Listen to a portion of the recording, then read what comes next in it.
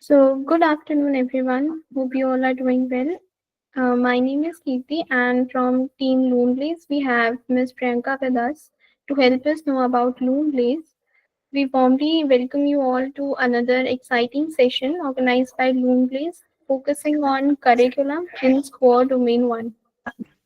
I am truly delighted to see you all joining us. And before beginning with the session, let me introduce you all to Luneblaze.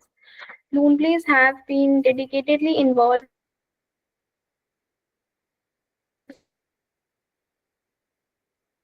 in supporting educational institutions across India, ensuring that they maintain accreditation is a formal recognition process verifying an institution's adherence to established standards, ensuring quality in education, and mandating accreditation for all CBSE schools. CBSE has introduced the SQAA framework. Luneblaze is there to be your SQAA implementation partner, supporting schools in making their accreditation journey automated and seamless, thereby ensures compliance with CBSE standards and enhancing educational quality in schools. We at Luneblaze also organize monthly training sessions focused on various domains of SQAA, aiming to provide educators with suggestions for improvement for each and every subdomain and SQAA standard. And we provide opportunities to connect with other educators, providing them a platform where your connection with peer educators can enhance your teaching strategies, meeting the evolving needs of students and education. From our expert speakers who have been outshining in this field of education for years. And now let me take a moment to introduce our honorable expert speaker for this particular session, Dr. Deepti Chaturvedi. Dr. Deepti is the principal of Silicon City International School.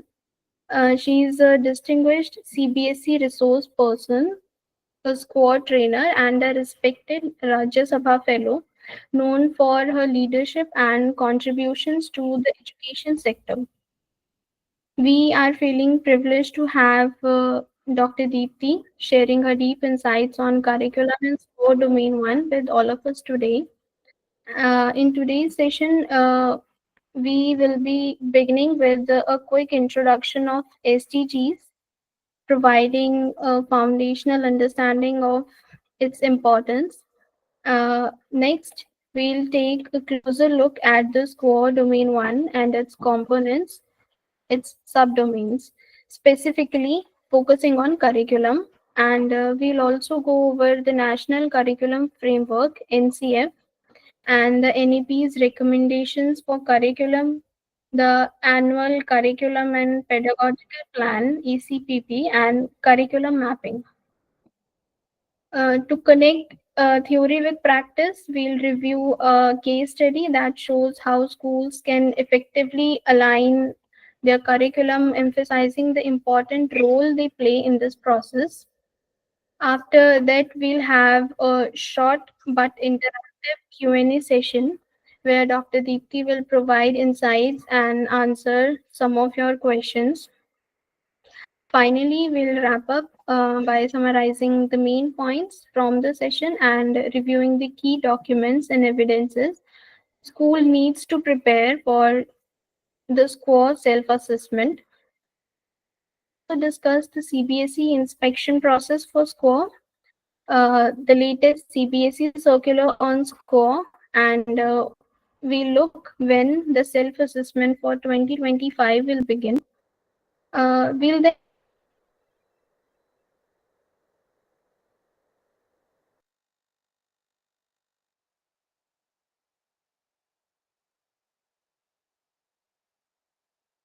we'll conclude with another Q&A session addressing all the remaining questions, followed by a thank you slide marking the end of this session. So finally, after outlining the entire sequence of the session, I would like to encourage everyone to participate actively, ask their questions, and please feel free to utilize the Ask a Question feature. Also, in the final Q&A session, the participants will be allowed to discuss their questions directly by Dr. Deepti by unmuting themselves if they wish to do so. And stay tuned until the end for details regarding feedback forms and participation certificates. With all that said, let's welcome Dr. Deepti Chaturvedi. The session is yours. Thank you so much, Kriti. It was lovely introduction.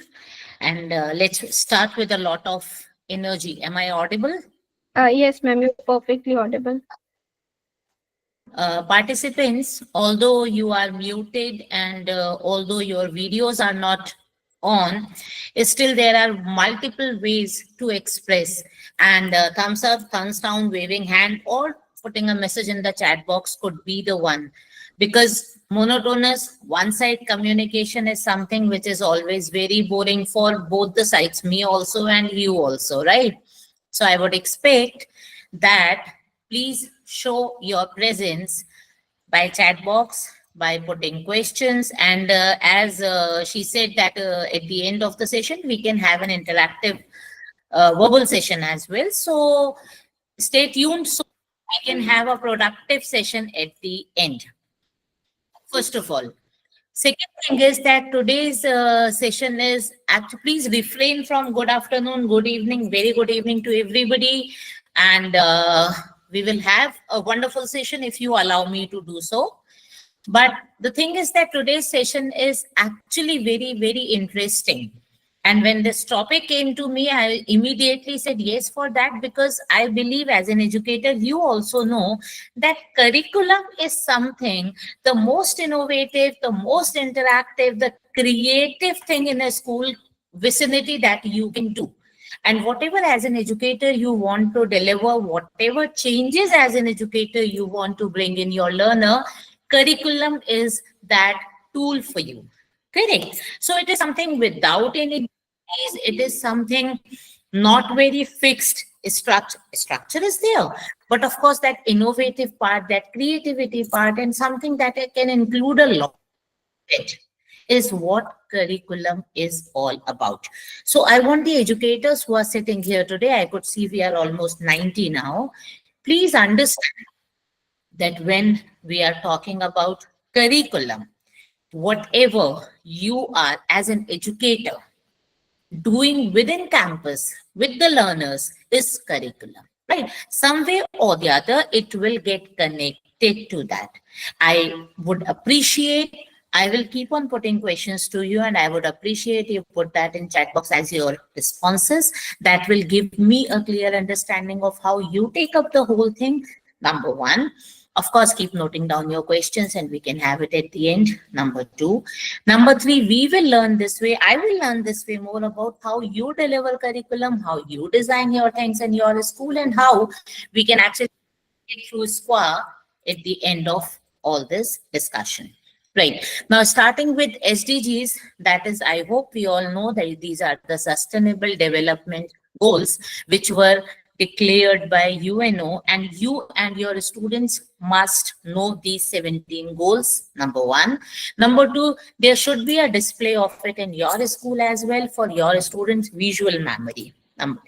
Apart from this, the fourth goal that speaks about quality education. This is a kind of universal target given across the universe for all the countries. We are basically here discussing what all has originated from this fourth goal of SDG that talks about quality education. Now, when we say quality education, quality is a very subjective kind of term, right? Something what is quality for me may or may not be the same for you. So when we say quality education, there are few things that we all should take up as a whole is there, where there are no discriminations in terms of any ways. Let it be anything, no discrimination, gender, social, mental block, whatever it is, should not be there. And Actually, quality education means where you are not giving education, you are creating learners who are ready to learn lifelong from wherever possible. We all are lifelong learners, na? We are sitting today here to learn something. I will also learn at the end of the session from your responses. I will also take away many things, right? So we are creating lifelong learners, and that is what a quality education means at the end as a whole, that your learner is ready to accept from wherever the learning is coming. Right. Please, next slide, Katie. Now, when we say that learning opportunities, and apart from that, when actually what actually we want is that we our system, what system we are trying to implement as an educator, as a principal, as a teacher, what things we are trying to set up must work perfectly. They should be perfect fit in blocks, right?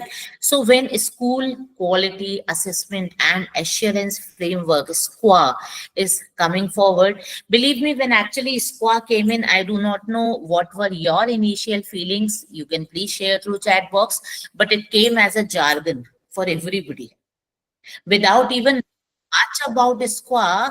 There was more of hype, more of terror. I will not say something beyond less than terror. It was that kind of thing for the school owners or the people who are running the school or working in a school. Like, without understanding the real spirit of why we are talking about SQA, why we should talk about SQA, we were more scared of SQA. Oh, wow, it's something we can't manage. That kind of thing came out. But actually, it is not. If you take it with the true spirit, the first thing is that SQA is something which will very decently, in a very streamlined way, help you out to actually get your SOPs, your policies, your deliveries in place. That is what SQA is. And if you are doing all these things, you just document it well. You just have to do little bit here and there, and you are ready for the accreditation. There is nothing jargon over there. The only thing is you need to understand the framework. They are talking about quality assessment and assurance. So they will assess the schools, and they will make sure that the quality which is supposed to be delivered is being delivered. That kind of assurance is the outcome of SQA framework. Correct. Rest of the things by the end of the session will come back to you. But the purpose of SQA is maintaining that quality of education that the learner deserves to receive. Correct. So when you say quality of education, definitely there are going to be various things which are supposed to be followed. In an indisciplined manner, in unplanned manner, you can't think of delivering a quality education. So SQA framework is giving you that discipline in your premises. That's it. Can we move on to the next one? It is talking about individual and institutional assistance, right? Excellence, I'm sorry. So when individual and institutional excellences, as a teacher, you will grow. Okay, when you follow. As a principal, I will grow. As an institution, school will grow. And when this all will grow, obviously the final outcome, our learners will grow as a holistic learner, as a lifelong learner. And that is how the final outcome can be uh, labeled in SQA. Now, it has actually 7 domains. The first domain, as you can see, is curriculum, pedagogy, and assessment, which is having the maximum weightage of 40%. That has 7 subdomains. And then the standard statements which are coming under that subdomain are 26. We will come to that. Apart from that, it is infrastructure, human resources, inclusive practices, management, leadership, everything is coming as 10, 10, 10%. So first thing, immediately now start putting your finger should be on your keyboard from now. Fastest finger first we can play on the chat box only. What comes to your mind when you see to this table? What is the immediate thought that you got as soon as this slide flashed? What was the immediate thought that you got? Can I have the answers on chat box first?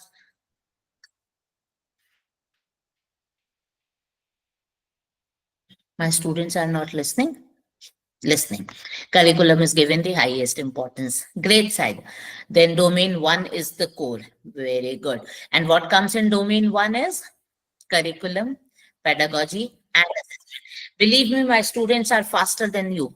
We all are the educators, the teachers, but when it comes to fastest finger first, students are better. Now, right, assessment is also important. Somebody, Shivani, yes, I will definitely get back to this because assessment is definitely very much important.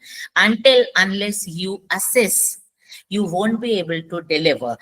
You will not be knowing the gaps which are coming in the process. So assessment is something which will take you to the gaps which are there in the process, and then you can actually bridge the gaps and deliver it better. So curriculum, pedagogy, and assessment. Right. Now understand. Now stop writing this answer. You will be getting the next question very soon. Listen. The first domain that we are discussing today mostly is curriculum, pedagogy, and assessment. Now tell me very quickly, what is curriculum? Only curriculum I'm talking about. I'm not talking about rest of the two terms. Seema, Anjana, everybody is talking about curriculum's importance. Now tell me what is curriculum according to you? Or I'll make it simple. What comes within curriculum? And do not Google. I know the Google answers, so don't Google. What areas we wish to cover? Okay, Saida says that curriculum involves all the areas that we wish to cover. Perfect. What else? Course content. Anjana, is it only course content? Rethink on your answer. Area overall development, correct. Scholastic and co-scholastic, syllabus plus co-curricular, overall development. Right. So I hope you understand that curriculum is not only about academics. Correct. Coming to pedagogy. What is pedagogy? Learning outcomes expected of a child. Shilpa, learning outcomes are just a small part of curriculum. Curriculum is beyond that. Okay. Methods of teaching, methods and strategies will come under the pedagogy. Correct. Not only methods of teaching them how to dance, methods for physical education and everything will come under pedagogy. How you are delivering the curriculum is the pedagogy. Correct. Last question of this slide. Very quickly, how many types of assessments do we have? How many types of assessments do we have? Two. Give the names. Now we are behaving like children. Two means two. What two? Formative and summative. Anita, you've answered first. So tell me what is formative? What is formative? Unit test. No. Now here, I want everybody to stop typing, listen to me for a minute, and then we will move on to next slide. Stop typing, listen to me for a minute. Then, in the beginning of the session, I asked you to do what? Tell me, in the beginning of the session, I asked you to do what? Quickly tell me, in the beginning of the session, what did I ask you that you will be doing? Lost? Focus. How will you show your focus? Listen carefully, but how will you show that to me that you are listening carefully? Interact, thumbs. Very good. Be interactive and thumbs up should come up. Now, if I'm getting thumbs up from your side, that means you are listening to me and you are understanding. If you will give me a thumbs down, that means you have an issue with the problem, with the concept, right? If you give me a shaky hand or hands up, that means you want to ask a question. Correct. This is formative assessment. Formative assessment is where I am not going to take any test of yours, no unit test, no pen, paper or quiz. It is something where quickly I am checking the knowledge of my learner and if there is any gap. So if somebody is putting a question in a chat box, asking a question there, and I am responding, that becomes your formative assessment so that I can bridge the learning gap immediately.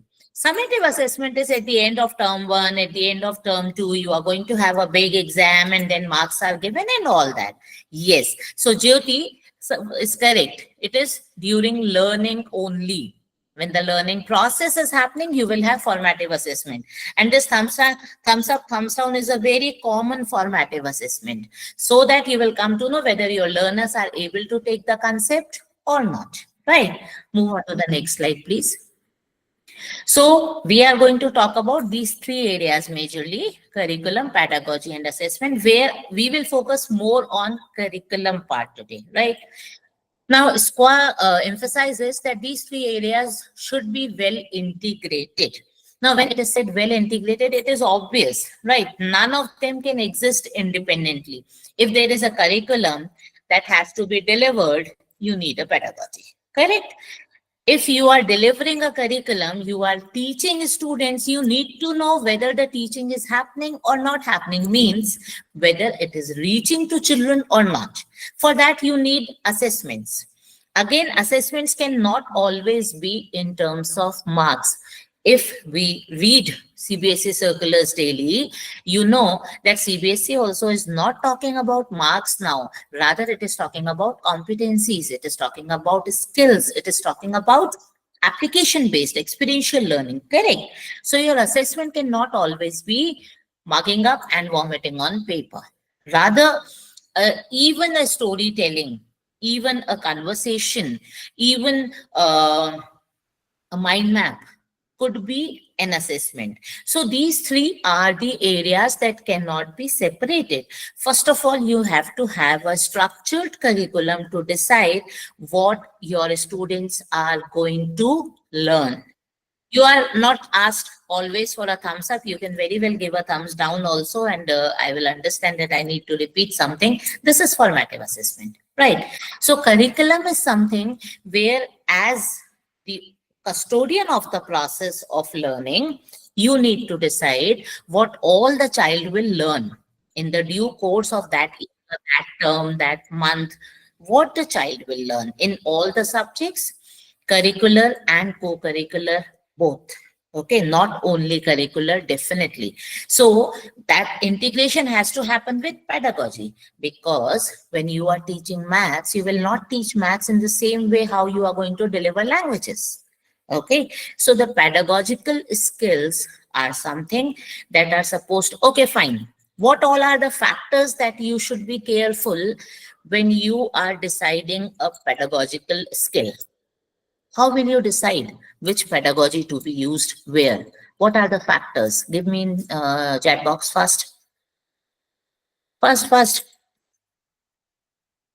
How will you decide that which pedagogy is useful where? How to decide for which pedagogy to be used to deliver a concept in classroom? Tell me. What requirements, Mansa? According to content. Chalo, understood. One, student variation, differentiation, correct. Subject specific, topic, learning outcomes, definitely yes.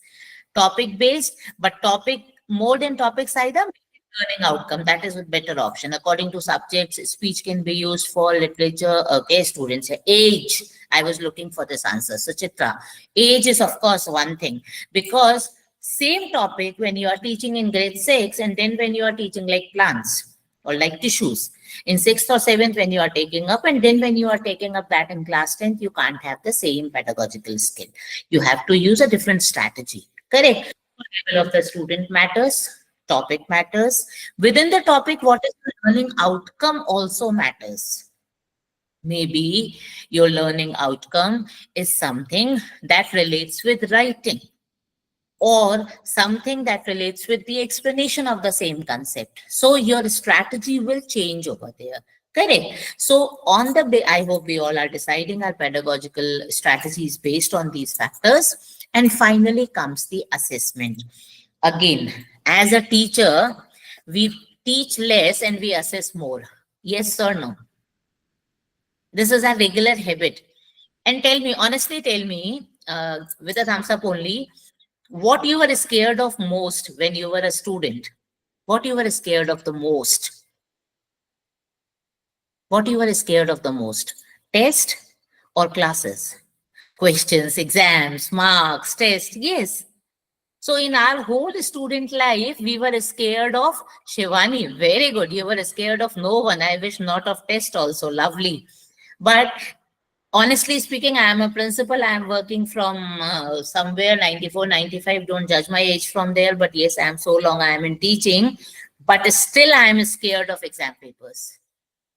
I don't check my kids' exam papers, never. And I do not know why. A kind of fear I have from exam papers. Till now, I don't like them at all. They are something like you. Let them be away from me, right? So students like to come to school. Student likes to learn in class. Student like the teacher to talk to them. Student like to go out and have sessions outside. But they don't like exams. They don't like tests. They don't like marks. And apart from that, they don't like PTMs where the marks are discussed with parents and the silly child and that poor fellow is standing not knowing what is happening. Yes or no? So here, our assessments are supposed to be very, very innovative. Correct? Innovative assessment is something which will make your curriculum more effective. That is why assessment is actually a very well integrated part with the curriculum. It will tell you how much learning has happened. It will give you the idea of how to make it better. And then you will rework on your curriculum. Right. So assessment will go back, the loop will go back to curriculum, and then you can replan, rework, restructure, and deliver through the pedagogies. So these three are the well integrated areas. None of them can be shuffled out of this particular structure. Next slide, please. So as a teacher, our first job is just take away this fear of assessments. Now, if you really want to take away this fear of assessment, believe me, your curriculum planning is something. Anjana, you can put your question in chat box. Curriculum planning is something which will give you that advantage of managing the rest of the things. When we are talking about pedagogy, when we are talking about assessment, that all can be very well managed if you are very clear about your curriculum planning. Right. So when you are planning your curriculum, you need to be very sure what you want to deliver, how you want to deliver, how you are going. There is a theory of 5W1H. I always use it with every concept. 99% I have seen that it works. I think in my last session also I mentioned, I don't remember. 5W and 1H. What it could be? What, when, where, who, how, and which, I think, right? So what to be taught, how to be taught, where to be taught, who will teach, why this particular thing needs to be taught, the learning outcomes, that why. And you know, if why is clear, how becomes easy. Make it as your benchmark statement, make it as your principle, whatever you want. If why is clear, how is very easy. So before starting with your curriculum planning, why curriculum planning? To make it more effective for children. Correct? That is one key rule. Now, curriculum planning, if you are doing only to showcase that to your principal or you are doing it for CBSE, definitely it is not going to be as effective as it is supposed to be. So curriculum planning has to be done keeping in mind that 5W1H, who you are going to teach, how you are going to teach them, how you are going to assess them, when you have to teach a particular topic, the timeline of your curriculum, everything will come when you are talking about this particular curriculum planning. Now, the second part of your second subdomain of your first domain is about the teaching learning processes. That includes your pedagogical strategies. Then third one is your student enrichment skills, vocational education. I'll come to that a little later when we will talk about ACPP. Mainstreaming physical education and sports is your fourth subdomain because you can't, what do you say, ignore this PE and sports, this has to be a part of your process, values and ethos. That is, as a teacher, earlier we were having value education period, which was the most boring period of our class. Or most of the time, substitute teachers used to take that value education period. That I have my portions pending, let me take value education period. But now how we are doing it, we are actually integrating it with our daily routine things, and we are delivering the values. Then a student performance assessment of learning outcomes will be there, and ECCE itself is a different domain till class 2, where that CBSE has introduced through NEP. This time it is being introduced, where that leftover, which were not actually considered in the curriculum earlier, your nursery, LKG, UKG is also included. So we will talk about the first subdomain, that is curriculum planning. I hope with a thumbs up, tell me that you are clear about, first of all, why curriculum planning is needed.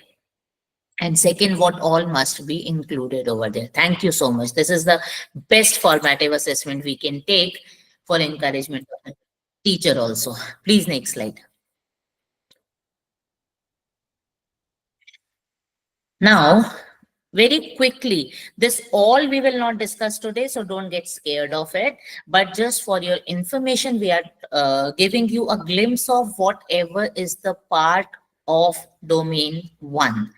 1.1 is curriculum planning, that we will be discussing in detail further. So I'm not going to read that out. The second one is your teaching learning process. Now in teaching learning process, even the teaching days, the teaching hours, I hope when we start the calendar, academic calendar, we start with number of working days and number of teaching days, correct? And then from there we bifurcate them in how many hours we are going to get. And if you see CBSE curriculum structure, they give you very clearly how many hours to be devoted for this particular subject, for this particular grade, right? Especially for 9 to 12, they do it. Okay. So that is important. Then teacher-student ratio, that is also given very clearly from actually the CBSE side, that how many teachers for how many students, that ratio has to be maintained properly. Then teacher has to adopt, this is very important, the diverse approaches. The diverse approaches, see, I'll give you a very quick example. Usually when we used to have a Zoom or a Google Meet, we have all the people's faces and videos on. We have very interactive or sometimes very chaotic session also, not always interactive. So that is one way. Now, when today I started my session, and when I know that for this particular time being, we are not able to interact that way, that will disrupt the session, we took the approach of chat box and thumbs up.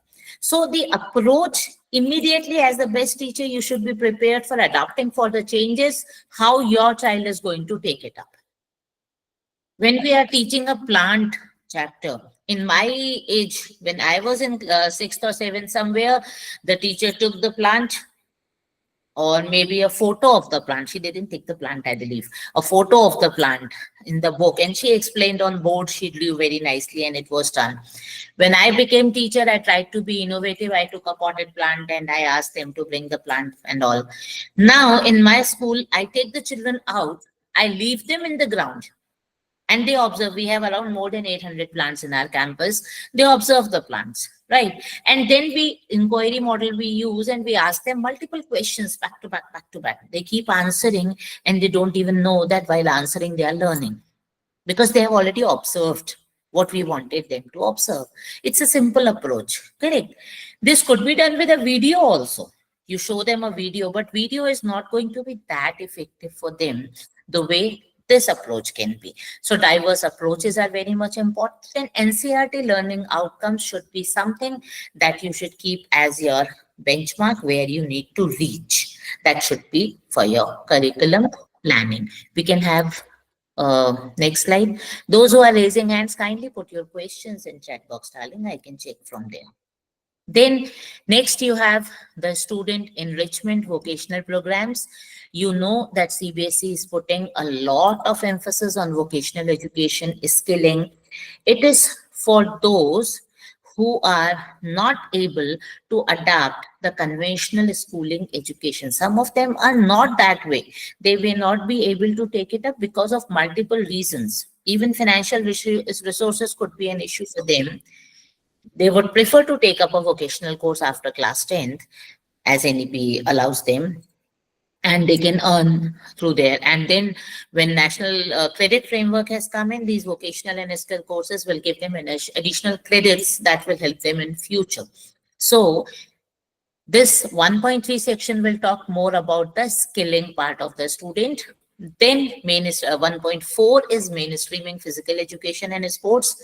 Usually physical education and sports has been the undermined area. Okay, let them go out on the ground and play. That's it. No structured curriculum of what to play, which age group to. Now, I'm not saying, but it has been from ages, you could say, this kind of thing. The regular test in terms of their agility, in terms of their flexibility, in terms of their running time, in terms of their that Khelo India assessment, that complete one. So there are so many things that can be achieved just by streamlining the physical education and sports and somewhere integrating it with other subjects. And the best part, what I have observed now, the change what this generation is coming up with is that every batch, at least 10% are there who are interested to pursue sports as their career. And maybe 10%, I'm saying less, it could be more also. And parents are agreeing to it. Correct. Like after this grandmaster thing, that I'm sorry, I'm not remembering the name immediately, the youngest grandmaster who we got from India, I could see the vibe that how it changed. Everybody observed that. So streamlining physical education and sports is going to be something which is going to give you, thank you, Kusum, that advantage that child can pursue a career of his competency, right? Then values and ethos. See, as an educational as an academician, you can never say that values and ethos has nothing to do with academics.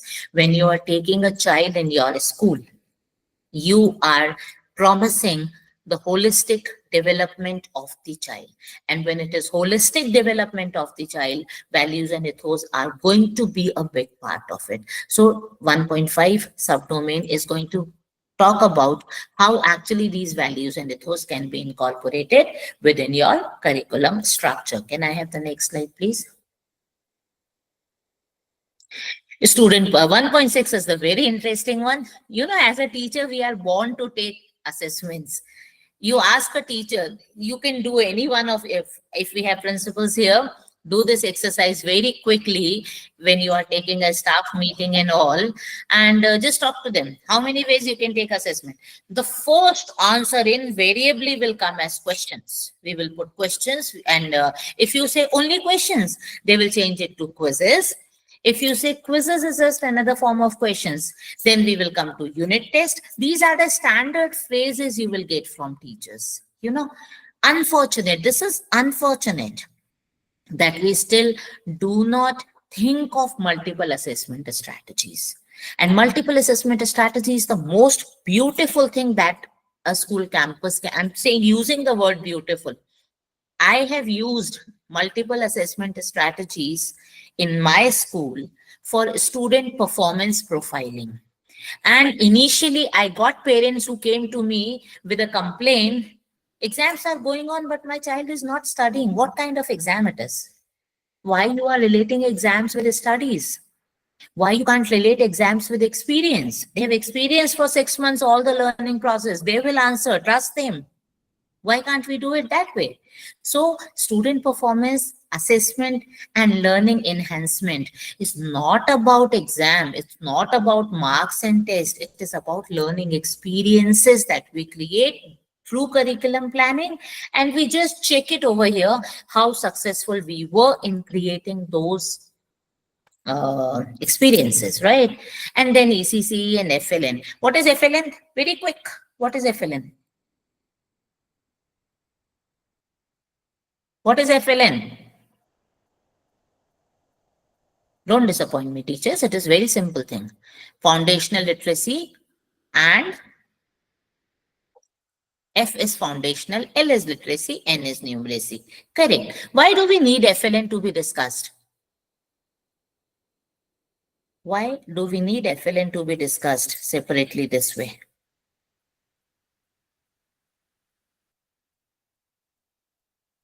Yes. You know, grade 5. Anybody from maths who grade 5? What is the major issue that comes to you when you teach maths in grade 5? Can anybody tell me?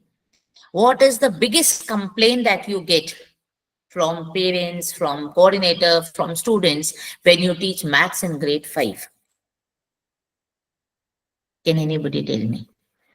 Not tables, not calculations. No, that is manageable.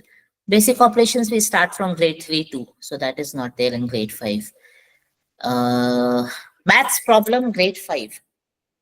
Try to focus this way, every class has got application of maths. Operations could be one thing. Formulas, yeah. Not understanding, like Poonam saying, the best answer. The problem sum starts from grade 5. Till grade 4, we have more of calculations, and word problems are simple, straight ones.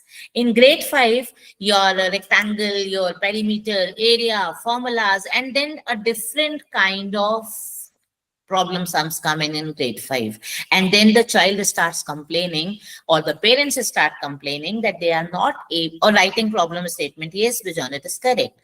Algebra will not come in grade 5. Geometry will come, that I said, rectangle and all. Algebra will not come in grade 5. Anyways, so the problem here is that the barrier is language and we are treating maths.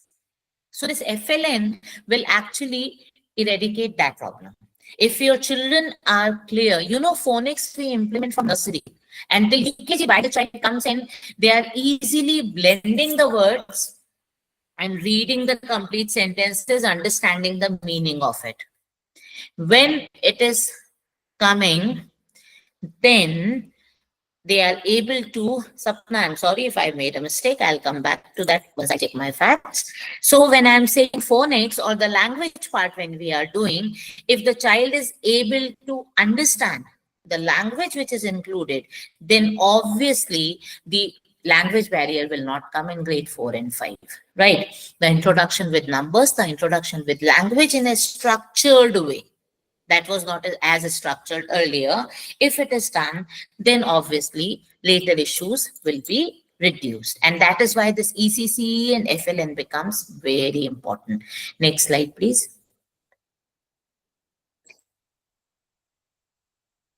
Now coming to our major task of today, what is curriculum?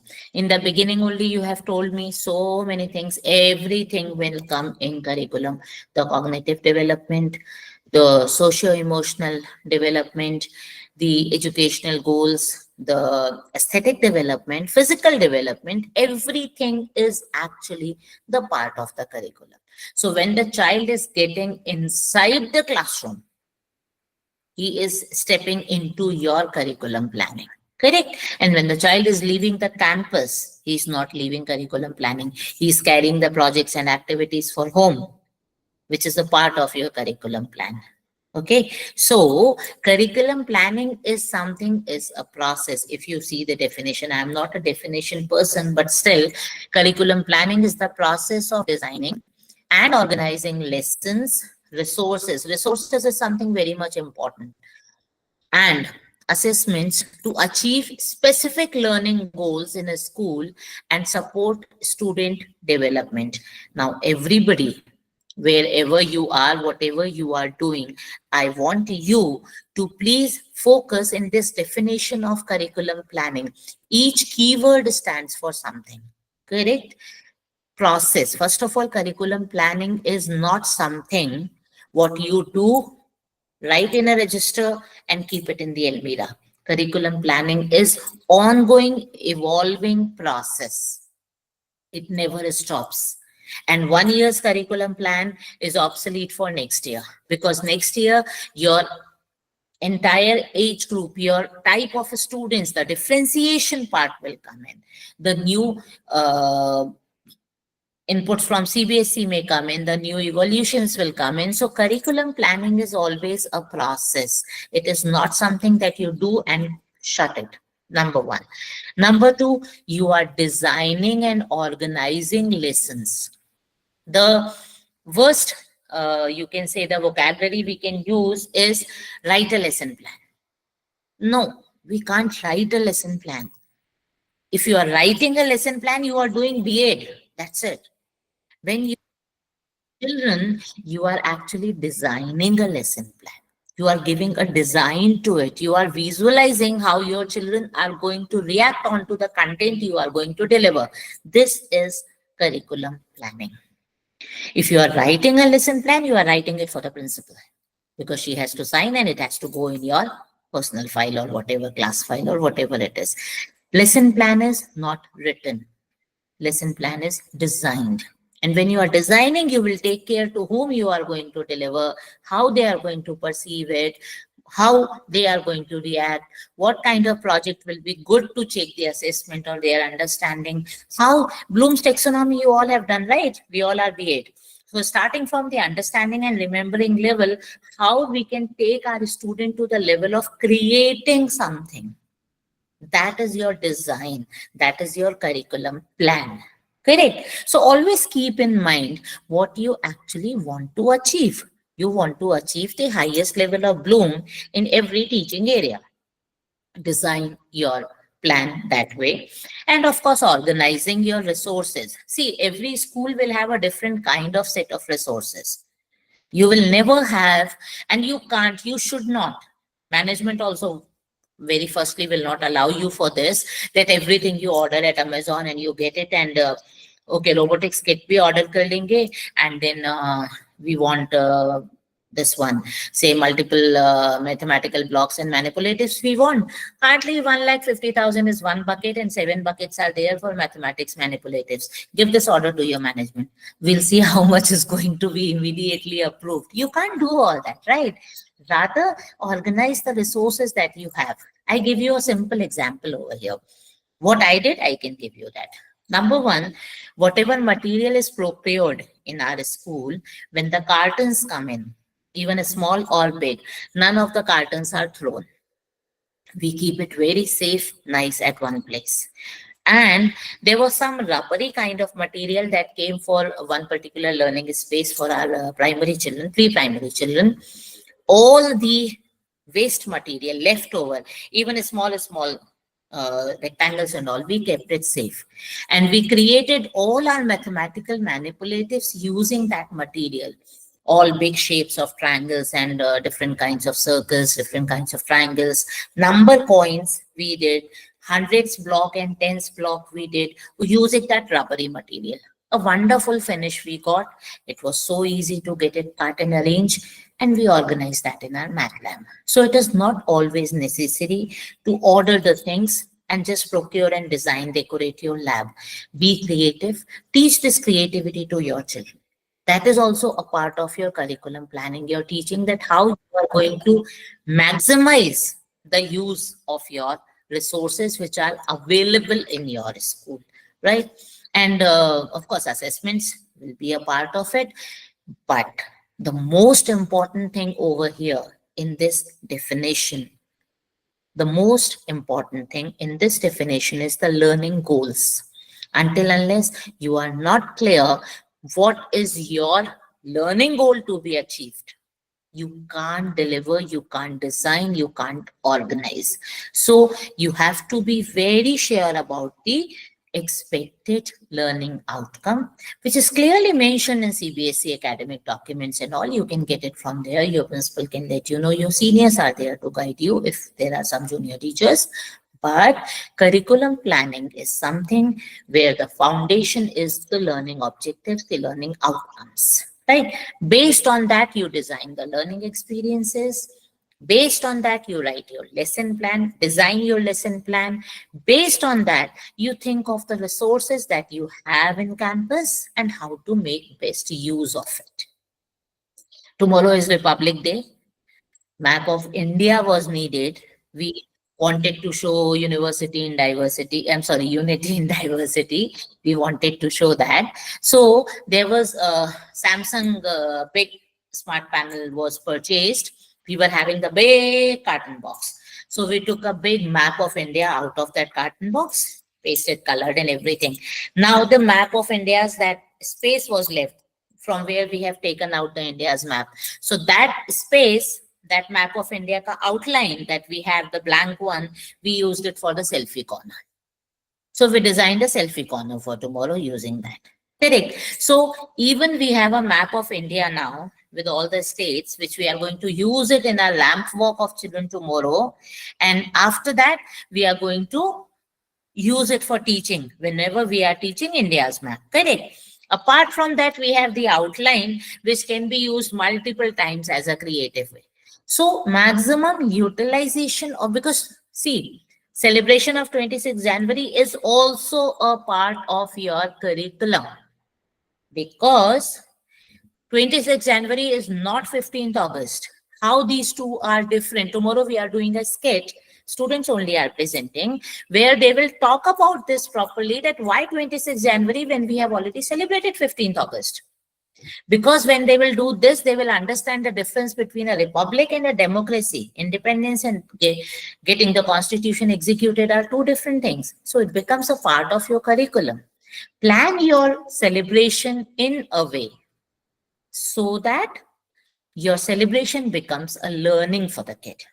They will take away something from the event that you have organized, and this is unconscious learning, which is more permanent than your conscious learning that you are going. You teach them the definition of republic, they won't remember.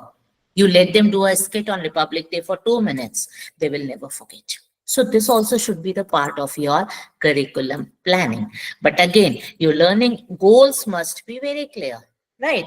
So when I am saying 26th January celebration, my learning goal is that my child should understand why this today's day is being celebrated. What is the difference between 15th August and 26th January? This is my learning outcome for tomorrow.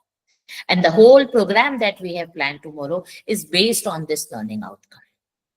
So even parents, I am very sure I will not give this question here. It will take a lot of time.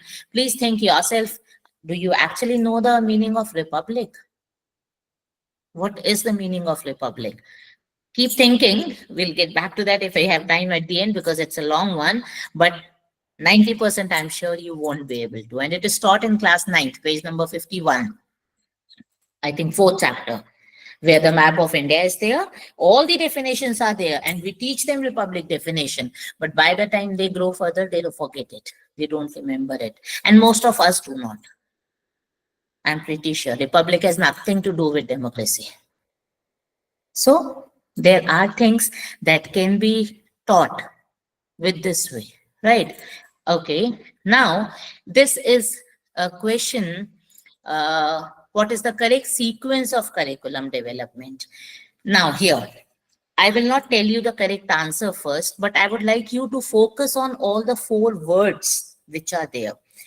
The very first word is need analysis. What is need analysis? Tell me. Analysis.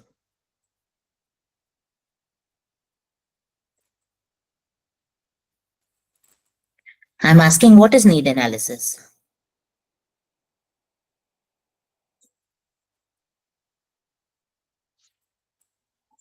No idea? Why Luneblaze has started this sessions of SQAA? No, not for review. Review is something that comes very late. Need analysis. To analyze. Correct. Luneblaze did their analysis. Yes, finding gaps. So they found that SQAA is something where the schools are struggling. So the need analysis gave the result that this is something that can be done to educate schools. Correct. So finding gaps. So need analysis is there. After need analysis, what should be the next thing? After need analysis, what should be? Systematic processing. That means the mapping part comes in, correct? We will map that, okay, this all we have. how to place it step by step. That becomes your mapping. After mapping, what comes in? Delivery. Correct, Himani. So delivery means, okay, fine. I know by need analysis, I know what is the need, where is the gap. Then by mapping, I know how to plan. Then actually we will deliver. Checklist and other things will come in delivery. After delivery, what is needed? Review. Amanpreet already knew what question is going to come up. So, of course, review. Now, when you review, you understand how successful or how effective your mapping and delivery was. So, accordingly, you can go back to need analysis. You can analyze few more things to understand the gap, and the whole process comes as a loop. I'm sorry. There could be many in between things, but on a broader perspective, need analysis, then map, then deliver, and then review how successful your delivery was. This is kind of gist of curriculum development in any school, in any organization, right? Okay, can we have the next slide, please? Now, this is something, a very weird kind of question. And anybody who comes to me for interview, I always ask two questions. One is tell me about yourself. And second is tell me the difference between curriculum and syllabus. And I tell you, unfortunately, it is still a confusing area. For they actually sometimes take it as synonyms only. Ma'am, curriculum is what syllabus is. No. Syllabus only relates with the more of academic part, more of instructions and deliveries over there for a particular subject. But curriculum is going to have actually everything which is beyond delivery, and only that description of okay, syllabus is grade 1 maths, these are the chapters, these are the concepts, these are the things to be taught. That's it. Now curriculum means how you are going to add up values in that particular teaching, how you are going to integrate geography with maths over here, what kind of activities are needed when you are going to talk about fractions. Correct. The projects, everything that is there will come as curriculum. So syllabuses will only tell you the broader aspect of what to be delivered, how to be delivered, when to be delivered, whom to be delivered. All other questions will come under curriculum. Correct. Then hidden curriculum is not syllabus, Neha. There is nothing hidden in a school. Everything should be very transparent. Then curriculum is created at the state, district, or institute level. Syllabus is created by the teacher because they actually pull out from the curriculum. They pull out what exactly they are going to teach. Curriculum is multidimensional, yes, because it relates with the holistic development of the child, whereas syllabus talks mostly about the topics, which portion, wo bolte hai na, when we have to give, okay, what is the syllabus we are going to cover in final exams? So you give the list of topics. That is syllabus, right? So it is kind of unidimensional. Curriculum is prescriptive and the syllabus is descriptive. Don't go by the definition of prescriptive and descriptive over here. The meaning is this curriculum is something that along with the syllabus, it will prescribe rest of the things which are associated with that syllabus. Correct. Whereas syllabus will only talk about the major ye padhana hai and done. Then curriculum contains the course content, objectives, methodologies, where syllabus is going to contain the topics, assignments, and boring test assessments. That's it, right? Please, next slide.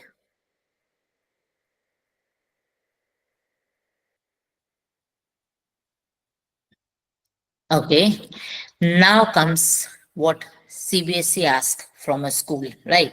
Because we do a lot. I failed in an interview few years back, but I really thank that person. I went for the interview for the principal only, and I think that was my first or second interview. I was working as a principal that time, still I failed.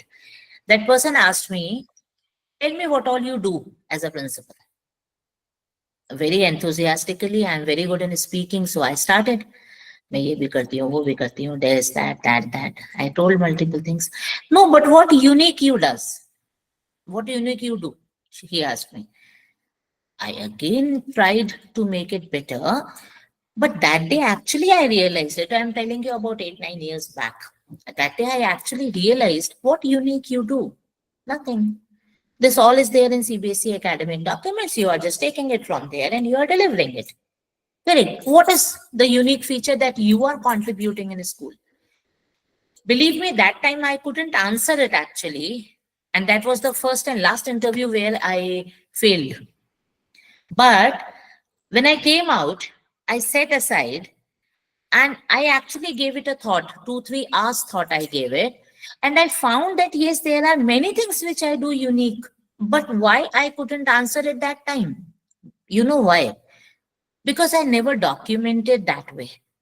In a flow, what I like, I used to do, and I leave it and I go ahead.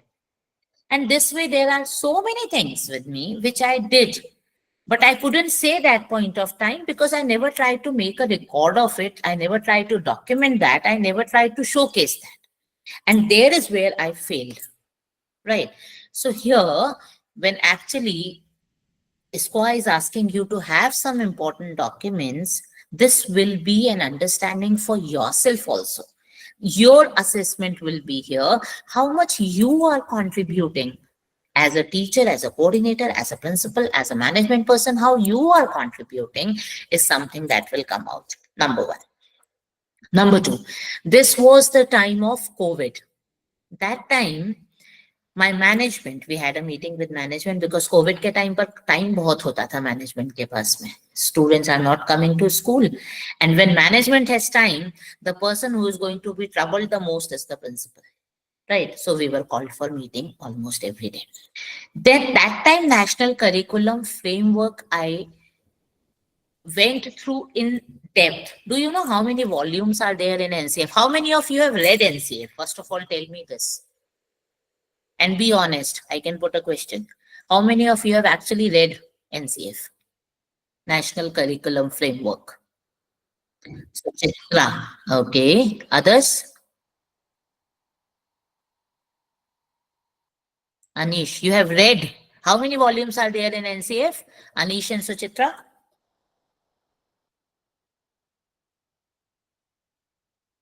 Yeah, in parts we all have done Saida. But I'm talking about as a whole, as you even checked out how many volumes today's homework. I may not, I definitely will not be able to check whether you have done the homework or not, but take it as a takeaway. Open NCF and we have multiple numbers here. Please check it out. So please check it out. NCF itself, no, not 2, of course. As per my understanding says it is 5. If any changes are there, honestly speaking, this year even I have not got it updated. I did it during COVID. I read it deeply. After that, left it. But NCF, if you read, you will actually be changed as a teacher, as an educator, because it is so deeply, it is being described. It talks about everything that could be there in a school. Even I think 5. But here, SQA says that these NCF documents are supposed to be the part of a school library. And teachers are supposed to go through these documents periodically. Right. This is one thing. Then NEP recommendations. Okay. Again, I'll ask the same question. How many of you have read NEP? I'm sure all of you will say yes, but all of you are saying yes for that 65 pages document, which has come out as a summary of NEP. I think 65 or 63 something. I don't remember, but minute detail, that one, right? But NEP as a whole, have you gone through? It includes higher education. It includes the correlation between your school education and higher education. It includes how the dropouts are supposed to be. Yes, very minute details are there, but we, as a principal, we are supposed to know those minute details. So I did it during the COVID time. We were having a lot of time. So 1 page at a day also was for me, but I was doing it.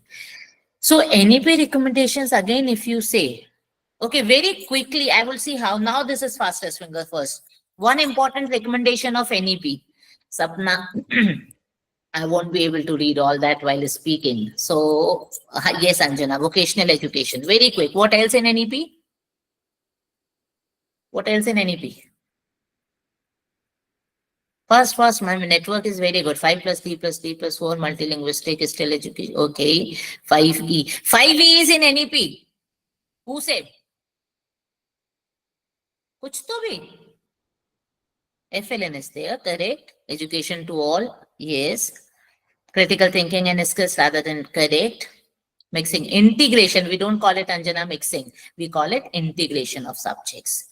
Art integration, correct. 5E is not, whosoever wrote, I could not read the name. 5E is not. 21st century skills, correct. Early childhood, yes. So these are the major things. Nobody has written that NEP is talking about even community participation in school education. What is Jadu? It is Jadui Petara. Is it in NEP?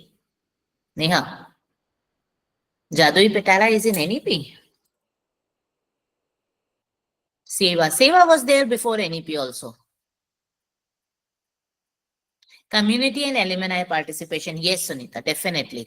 That is. So these are the major, broader aspect that you all know. Have you gone into the depth of it? If not, please do. Okay. And the documents which are there pertaining to these all things, principals are responsible for having these documents approachable for teachers. You can have a small library in a staff room for them if you have a big campus or a big staff. Otherwise, in your library, make one teacher's corner and keep this NCF and NEP recommendations over there for teachers to read. And go one step ahead. What I have done, once in a month, give them a target to a group of teachers to present one aspect of NCF or NEP and let everybody else listen to that. Go one step ahead, ask them how they are implementing this NCF and NEP in their classroom. And as a principal, you are supposed to document all this. That is what domain 1.1 talks about, right? Then ACPP, of course, we will come to that in the next slide. Curriculum mapping, we are talking. Okay, fine. If I say curriculum mapping, how do you map the curriculum? Chalo, give me an example first. How do you map a curriculum? Can you give me the... Forget about NEP. NEP done. Close. Ashte. Now talk about curriculum mapping. How do you map the curriculum? When I say curriculum mapping, what comes to your mind?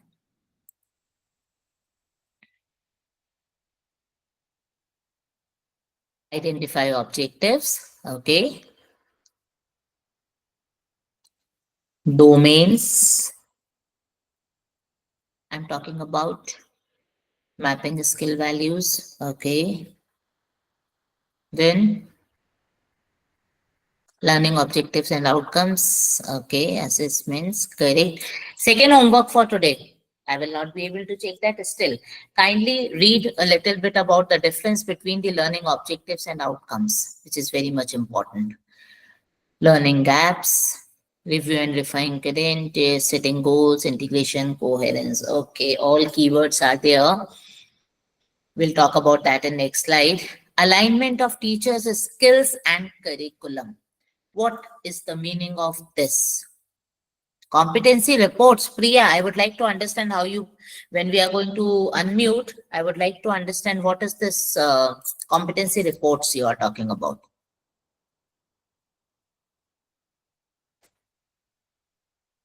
Objectives for teachers, outcomes for students. That you do in curriculum mapping, Sapna.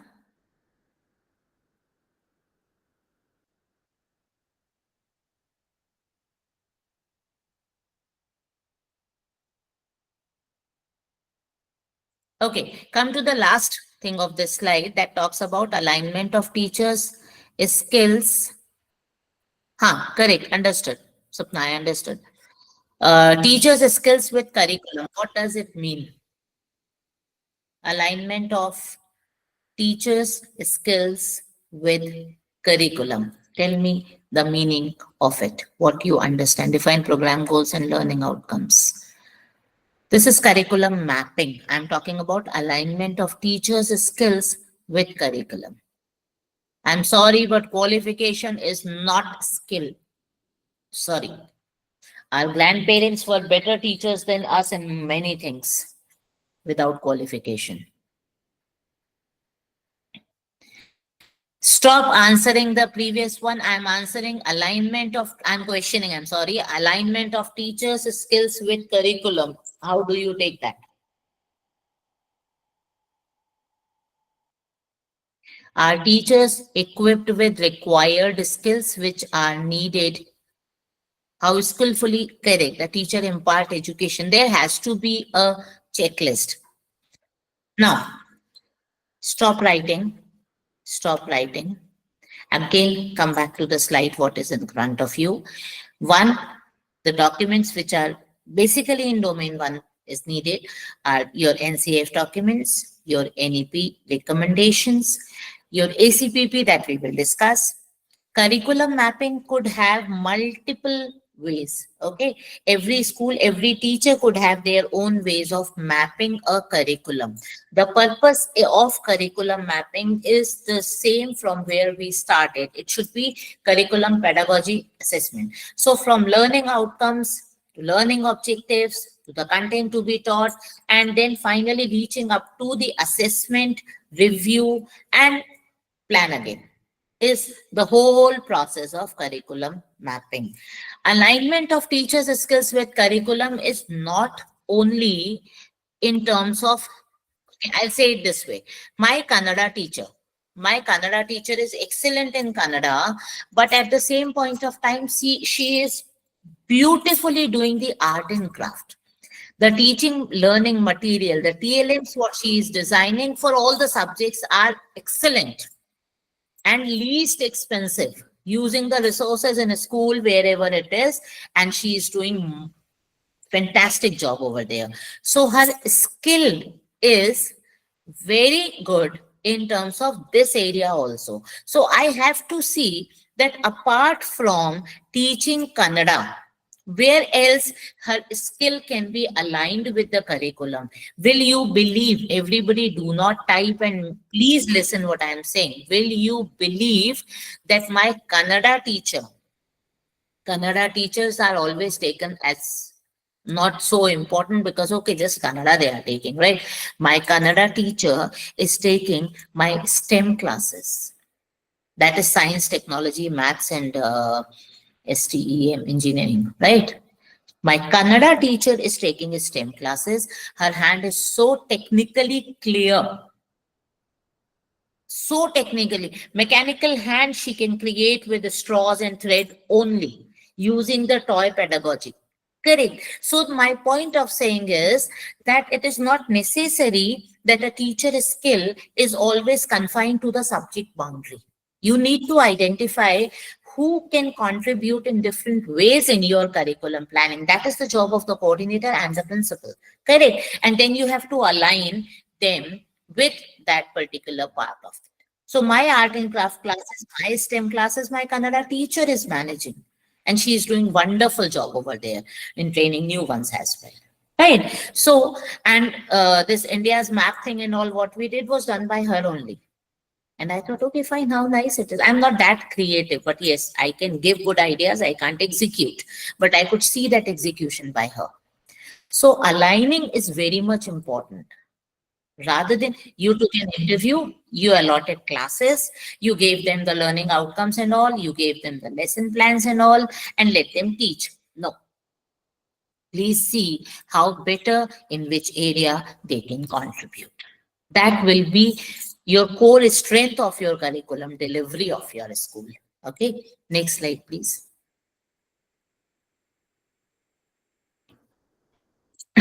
Now, when we were talking about the NCF, the National Curriculum Framework is a comprehensive framework aimed at transforming India's schooling system through holistic change in curriculum, pedagogy, environment, culture.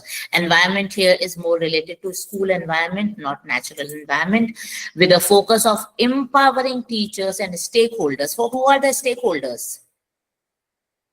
Who are the stakeholders? In a school system, who all are the stakeholders? Children, students, parents, staff, teachers, and from them? Management, correct. Then CBSE, correct. Community, yes, I was looking for this answer, Mohammed. So community is there. Alumni are the stakeholders. The vendors with whom you are dealing with are the stakeholders. So basically, they all are responsible. SMC, community, helpers, perfect. So these all are the stakeholders, and they all are contributing in their own way for enriching the student learning experience. You know, in the whole PPT today, in the whole thing, what I do throughout the day from years, this student learning experience is the best term that I love, that I can tell you my philosophy. As a teacher, it should be yours. Be it a principal, be it a coordinator, you are a teacher first. Correct. Student learning experience is something which is our goal. Rest everything is for student learning experience. So the stakeholders who are working with us are also working for student learning experiences, right? In your staff room somewhere very nicely, you please write this phrase, creating students learning experience. We are not there for teaching. How many of you really remember what you studied in grade 5 maths? We don't remember. We remember the experiences what the teacher gave us. I remember my grade 9 teacher of maths to come in class, sit down on chair and say, this particular chapter, these many questions, do it on paper. And then she used to play with her bangles. Very nice bangles she used to wear. And we all used to laugh at her. And that experience she gave me. I don't remember what she taught me, but I remember the experience she gave me. Your children will also carry those learning experiences with them. Correct. So all what we are discussing today, curriculum planning, assessment, NCF, NEP, this all is finally leading to what? Leading to learning experiences of teachers, of students. I'm so sorry. You are not a teacher. You are just designing their learning experiences. Please do it that way. Now, uh, this somebody said about that 4 stages, 5 plus 3 plus 3 plus 4. Correct? That has come out of NEP, where the first stage is the foundational stage, which is coming under your ECCE also, is the stage where 3 to 8 means nursery to grade 2 it becomes. Then preparatory stage from 8 to 11. Middle stage comes from 11 to 14. And then secondary stage from 14 to 18, year 9th to 12. Now, NEP has come up with very creative recommendations in between. Like after 10th, the child can exit the conventional schooling system and then they can join back. There are facilities of multiple exits and multiple entries depending upon the need of the child or the need of the hour in his or her life, how they want to pursue or how they can continue. Similarly, especially for the students between 3 to 8, socialization is more important. Introduction to those numbers, and before numbers, the pre-number concept is something that we need to. You know, we should not start, we should never start with, I was taught with that way, and most of us are taught that way. Start with 1, 2, 3, 4, and A, B, C, D. And in languages, there is a concept that we say LSRW. Listening, speaking, reading, writing. Writing comes at the end. And unfortunately, 80% of us work starts from writing. That write this, these questions, these. This is not the correct approach when you are trying to create that learning experience. Your curriculum plan should actually include that way, number one. Number two, NEP recommendations for all 4 stages are different. Okay, so we have to make sure that this is available for our teachers to understand what NEP talks about these 4 stages. Please, the next slide. When somebody asks for attendance link, I start feeling like I'm going too long. I need to cut it short. The students are getting bored now. The recommendations of NEP should, like in your this all must be there in your curriculum. Correct. We have all discussed it. The literature, the science, the 21st. Can you give me the names of 21st century skills very fast? Can you let me know which are the 21st century skills that we are looking at?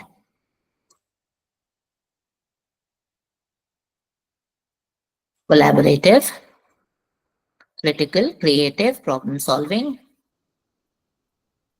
communication. Correct. So these should be taught with every subject. You will not have a, yes, leadership is, you will not have a separate what do we call period for 21st century skills. Correct. It has to be the part of your day-to-day teaching where 21st century skills are actually. So when you are doing maths, you can give them a case study that will talk about problem solving and critical thinking. This is how we incorporate 21st century skills in your teaching. Can we have the next slide?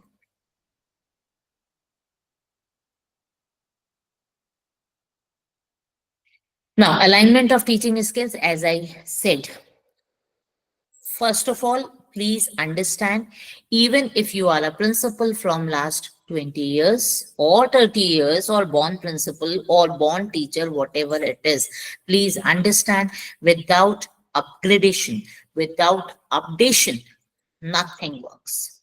The world is changing so fast that within months, within days, within weeks, things are changing, right? So don't believe on your skills what you had last year. You have to continuously stop typing and listen what I'm saying.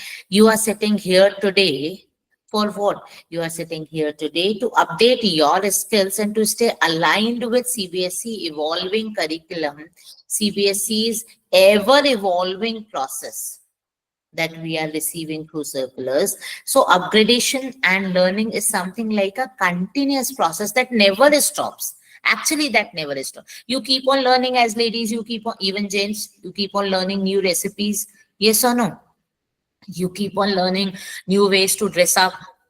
I know 7 ways how to wear a sari or all these things. When you want to update yourself in that, then you sit with anybody and you will get a list of, nowadays everybody is a health guru. So they will give you how to lose weight or how to gain and this and that. And so updation and upgradation is something in every area we are doing. Why not in our area, which is actually our bread and butter, which is giving you the maximum satisfaction of your life, right? So it is not like I am teaching maths, so I am having a crown and I will not look into any other subject or any other area of the school because I am a maths teacher. No.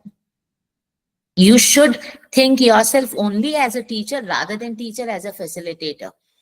It is out of context, but still I would say one of my students, uh, it's around 2, 3 years back, said, ma'am, do you know a fact? Teacher and cheater has the same alphabets. It was not good to hear.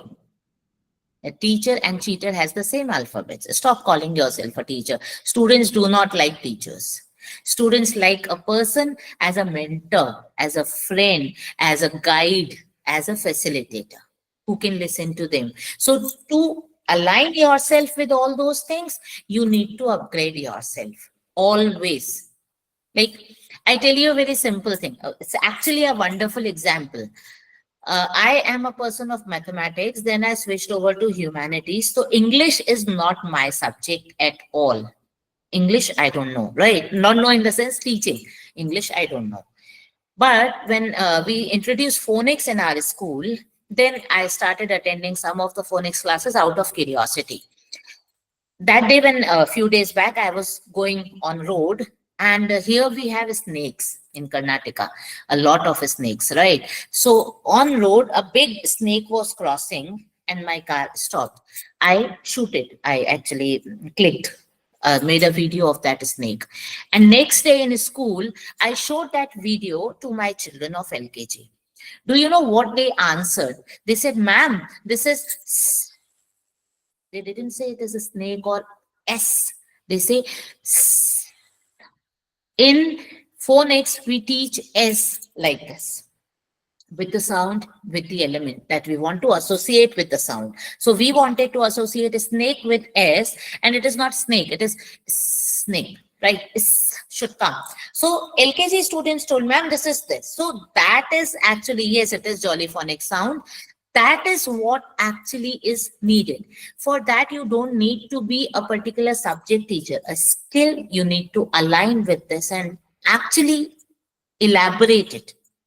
I won't say I'm a principal, so I will not learn phonics of LKG. Why not? I am not knowing phonics. Now I am knowing how to blend those words in that way. Correct. So updation is one thing. Apart from that, CBSE is providing you, if you please check CBSE Academics website once in a week, you will every time get wonderful resources over there. Check CBP resources, check CCT questions. There are so many things that you can actually do. And they are also giving you those CBPs, your I always forget the full format of it. Continuous professional CPBs, continuous professional development things. So that also be a part of it. Keep learning. This is a part of a discussion that why they are reducing the syllabus out of this needs a whole lot of different discussion. They themselves don't know why they are doing it. Yes, capacity building programs. I'm so sorry. I forget this particular full form most of the time. Right. So the point is keeping yourself updated as a teacher, as a principal is very much important. Until unless you do that, you will not be able to plan your curriculum with the need of the day. Your children of today are chat GPT and AI generation. Okay, so you have to align with their thought process, with their standards. Somewhere you need to match rather than you pull them down to your level. Why not we grow up to their level where we can talk in terms of chat GPT and AI language and make them understand that still writing in paper is better than chat GPT. That is what a teacher as a facilitator you are supposed to do. For that you need to update yourself. Without that, it won't work. I Google a lot, so I know what answers are Googled. So when a Googled answer come to me, I can immediately make it out. No, this is not original. This is Google. I use ChatGPT, so I know what kind of reports can come out of ChatGPT. So I can actually put a question mark there if I am updating myself. Correct. Next slide, please.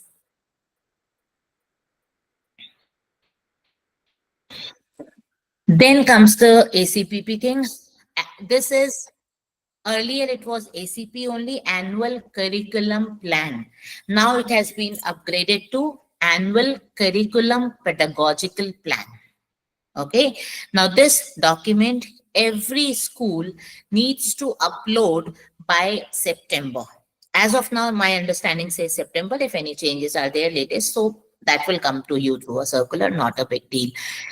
If you Google, you will get many schools ACPPs, so a sample or a start of design, you can think.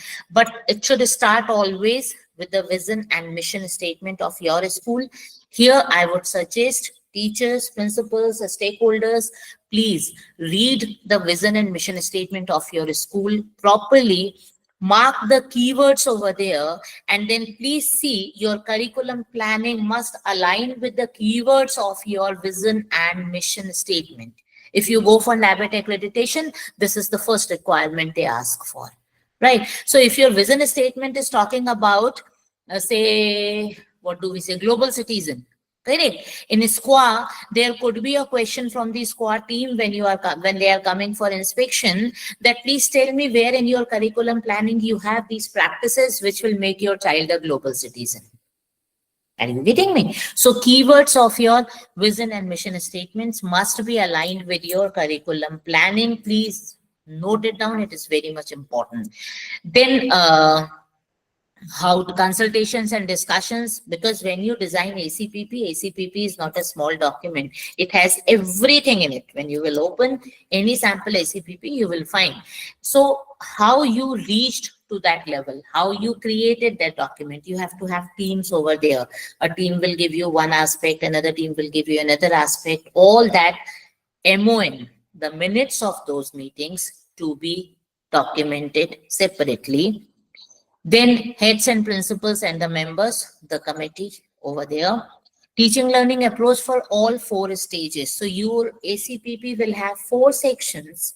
Your 5 plus 3 plus 3 plus 4 we say. So those 4. starting from foundation till the high school level. What are the basic approaches that you are using? For example, when we are talking about my ECCE, I will talk about how I am implementing FLN. But when I am talking about my high school, 9 to 12th, I will talk more about how I am preparing them for board examinations. So my pedagogical strategies will change, my delivery strategies will change. All these things. Can we have the slide little like zoomed? I can't read. So that should be in your ACPP. What all approaches you are taking in terms of delivering. Sorry. Thank you. Then schools goals and strategy. See, earlier schools goals were all same.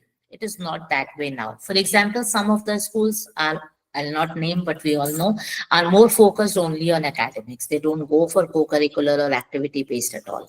There are some schools which are more on experiential learning and more on activity based, and they go for like profiling in a different way. That is like, if I talk about my school, we try to have a blend of sports and academic education. So we are actually giving a lot of lot of what do you say? I'm not getting the correct word, but we are trying to promote sports in a way that even if a child is not good in academics, we will make sure that through sports the child can pursue a proper career of his. Correct. Yes, exposure could be the correct word, Ritu. Thank you. So, uh, schools goals and strategies must be important. So if somebody is going reading your school ACPP, they should understand what is the major philosophy behind your school. What happens is, when you are actually clear about your vision and mission statement, and then your school goals and philosophies, then you can plan your teaching learning approaches better, your learning experience is better, because you are focusing on that. Right. If I say that sports are a major arena for us, then sports are integrated, well integrated with the subjects. The curriculum mapping is done in a way that I'm integrating. So many of my chapters, when we talk about joints, when we talk about the body structure, body organs, and multiple things, I take them, I outside, and certain chapters we teach on athletic track only. We do that. And when mathematical case studies are being defined, we create it on those lines only. So it becomes very easy to integrate the school philosophy with curriculum mapping. Then, of course, detailed strategies for subject, how we are going to take assessments, how we are approaching towards the learning outcome. So basically, it will be a document also for the teachers, right? That this learning outcome is achieved by using this particular strategy. That ACPP gives you your curriculum, complete curriculum mapping comes in ACPP, annual curriculum pedagogical planner. So if I want to see how to take up this particular chapter of fundamental rights in class 6, ACPP I'll open, I can go up there and I can see what strategies were planned earlier. If I want to innovate, I can. Otherwise, I can carry forward that thing. Then monthly meetings, reviews and updates. As we know, we are saying this multiple times, that evolution is the key to success, evolution and communication. And of course, professional development of teachers. CBSE says 50 hours training for teachers is mandatory. How we are getting that 50 hours, out of which 3 days CBSE training offline, apart from that even Diksha trainings, and so how, and in-house training. So how is your plan of teachers training must be there in professional development section of ACPP. Remember, only training is not important. You have to make sure that the training is coming back to the teaching process of your school. So if two teachers are going out and getting some training, how they are delivering it back in the school for other teachers, one thing. If you are getting some in-house training for the whole staff, how they are implementing it in their classroom, that all evidences must be the part of uh, this one ACPP. And then leading the teaching learning process, developing in positive learning culture, how you are doing it. As a principal, it is very difficult task to have different mindsets together and still to make positive vibes around in campus. And I always say that it is something that flows from top to bottom, right? So when I want my staff to be happy, creative, and cheerful with children, I do not give them 2 hours training. I personally walk around 5 times in academic area and I talk to children in a very lovely way. That communications are the energy boosters for me for that day. And my teachers see, and when they see how principal is doing it, they follow. You don't need to teach them that how train them how to do that. Correct. In the same way, if I want my children to respect that dignity for labor, so if I want my children to understand that even the guard or the helper bhaiya or the driver is to be wished properly, I do the same. The school bus driver also I will wish with a smile. Now they do first, but still if they do, I respond. When students see that I am doing it, they will never dare to disrespect them. That is how the positive culture has to come up. And this all can be documented. This all can be documented. This could be a part of your soft policy, soft skill policy for teachers. Let it be that way. And document in your ACPP that we follow this culture in a school and these are the practices. Okay. Next slide, please. This, the first one. The third one, actually, as you can see, is talking about the 4 stages, that foundational and preparatory and then middle and secondary. Then the subjects, then their curriculum strategies, then their pedagogical approaches, then the assessment design. Please, teachers, these headers you remember. The stage, then the subject, then their strategies. This is what curriculum mapping is. Okay. When we say, so the third one I am talking about, which was most clear to me, we discussed, it was having all those, starting from the vision and mission statement till your positive culture, all the things will come. And honestly, if you Google, you will get too many. And you can mix and merge the best one for yourself. CBSE does not give you any fixed format for ACPP, but they ask you to include all these things, what I shared with you in the previous slide. Can we have the next slide, please?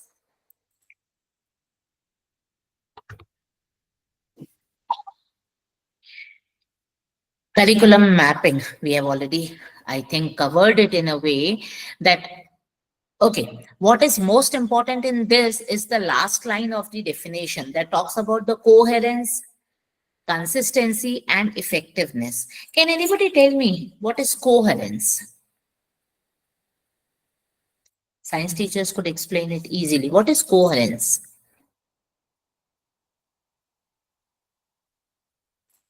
Cohesive forces are there in science. There is one topic in science that talks about cohesive forces.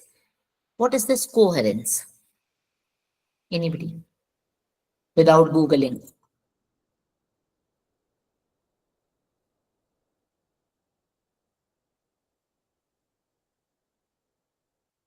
No idea. Cohesive forces, coherence. Am I audible? Together, be attached to. Correct. Uh, if I have to explain cohesive force to children, I'll take a glass of water and then not collaboration to that extent. Cohesion is something different, right?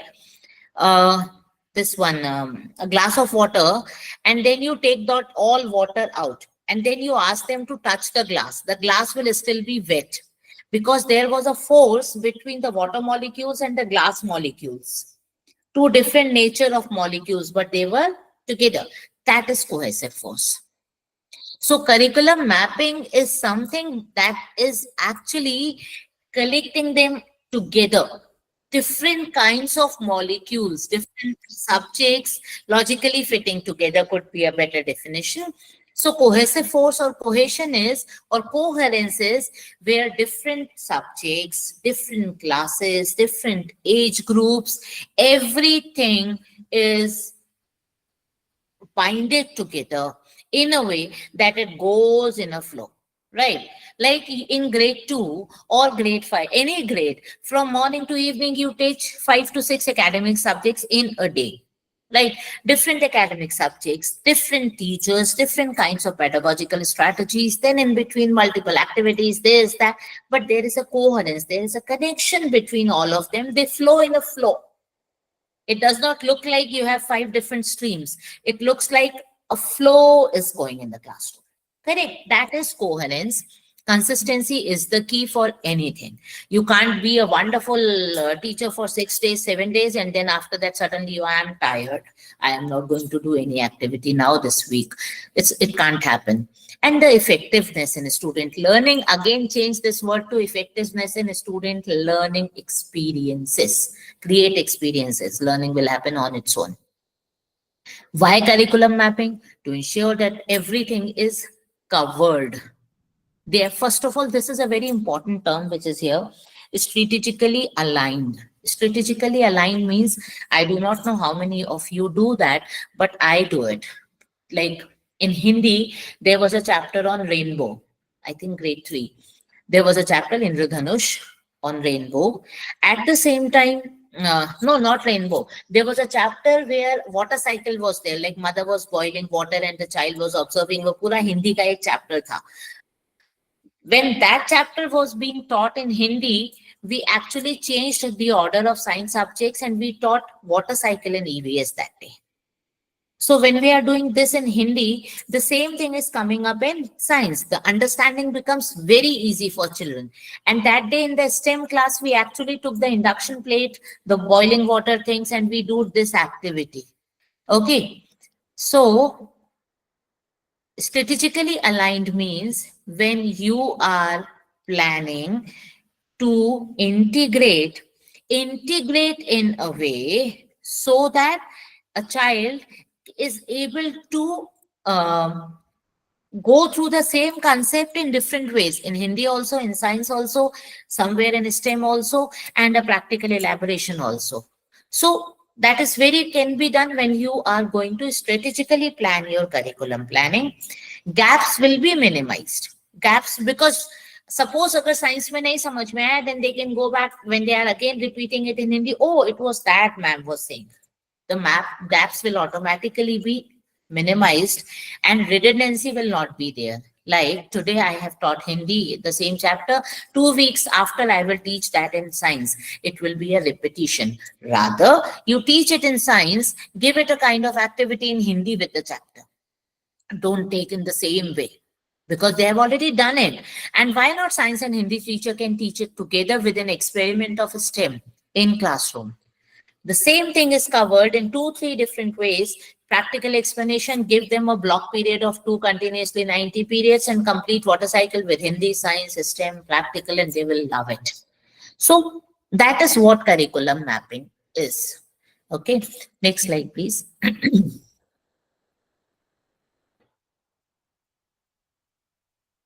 Kirti, can we have the next slide? This is one example of curriculum mapping. We have done enough. So just you have to, first of all, no, understand, this is not full and final. This is very basic, I tell you. Huh? You can innovate in 1,000 ways. But we are giving the basics so that it is easy, understandable for everybody. Now, with your innovations, of course, what kind of assessments you are looking at, what kind of teaching strategies you are looking at, what are your resources available, these things will change. But this is how you will map. So I told you, starting from the learning outcomes to teaching strategies to assessments, it goes on further, right? Next slide, please.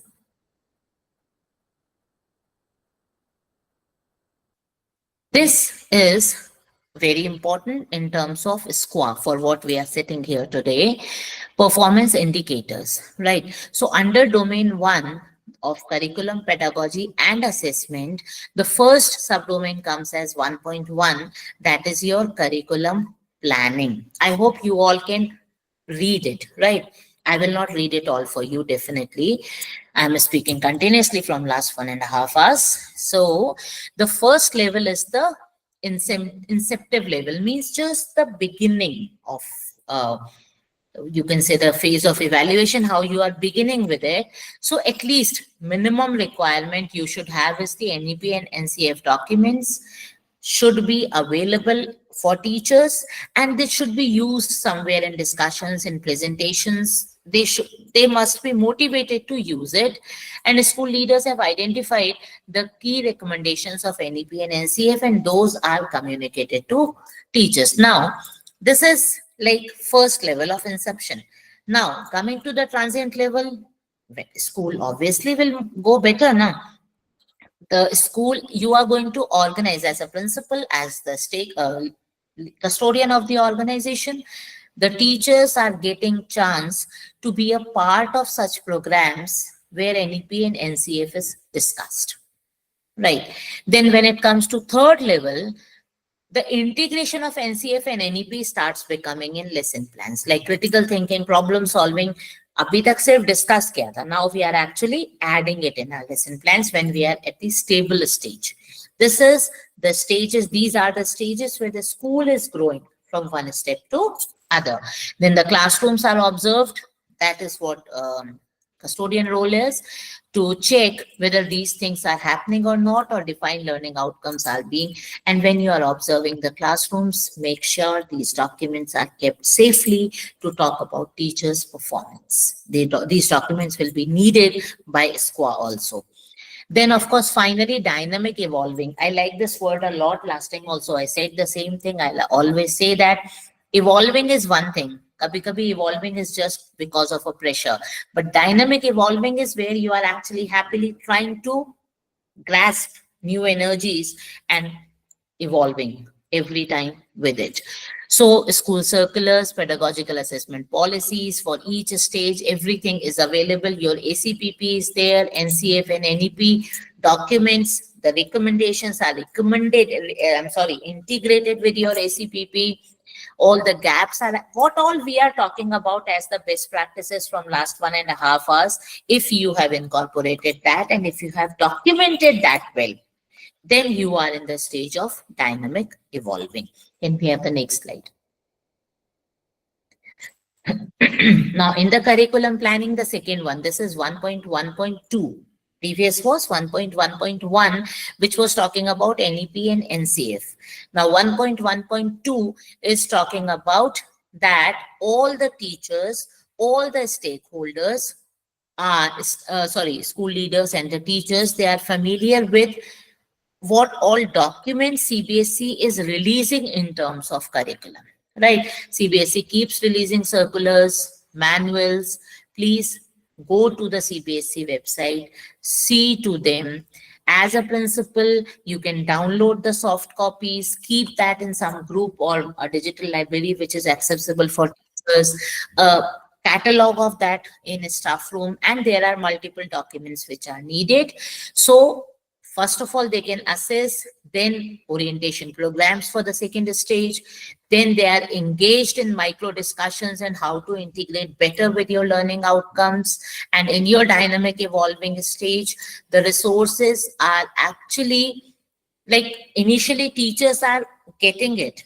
In the last, not last stage, but actually the fourth stage, teachers are creating their resources based on what they have received from the CBSE curriculum material. So first of all, principal has to be very clear about what all CBSE is releasing. Then principal has to orient the teachers on that. Principal has to make them enable to actually create their own resources. Understand Bloom's taxonomy works here also. From the level of understanding to the level of creating it is. Bloom's is not only for student teaching, it is for us also. That I'm sorry. Principal understands these things. And finally, in the fourth stage, principal allows the teachers to create their own resources based on the understanding of last three levels. Next session. I'm sorry, next slide. It is about ACPP, what we have discussed. In the beginning stage, ACPP will have only the syllabus. We have discussed about curriculum and syllabus. The schools who are not evolving well will have only the syllabus in ACPP. You will find as such ACPP also in Google. Then in the transient stage, after the orientation programs and NCF things, ACPP will become better. If you read all these four, you will understand how ACPP grows, but the last should have from vision and mission statement to upskilling of teachers, all the things in your ACPP actually becomes a kind of Bible, we say, na, for your teaching purposes. It becomes a kind of complete hands-on manual for you where anybody can go and find out your previous year results, your vision and mission statement, your students' performances, your plannings for Olympiads, your policy for inter-school, everything will come in ACPP. How you are actually motivating students to perform better, what all platforms you are providing them. So that is what will should be there in the dynamic evolving stage. Next slide, please. This talks about the curriculum develops skills and abilities with prepare students of lifelong. We started from here. If you remember, you are not teaching, you are creating lifelong learners, right? Global citizenship is something that is the need of the hour. Now, students do not stay with parents lifelong. After 10th or after 12th, they are leaving. And they are actually, I'm getting distracted by the messages. I'm sorry. I'll just close that. So, talking about the sustainable development goals, the child should become environmental conscious. The child should have all the 21st century skills, all these things. So starting from that, first of all, the school is aware of those recommendations, what NCF is talking about, what NEP is talking about. Then the school is orienting teachers for that. Then the school is providing resources for that. And at the end, all these things are there as a proper document that shows that your school is ready to adapt the new strategies. Okay, next slide, please.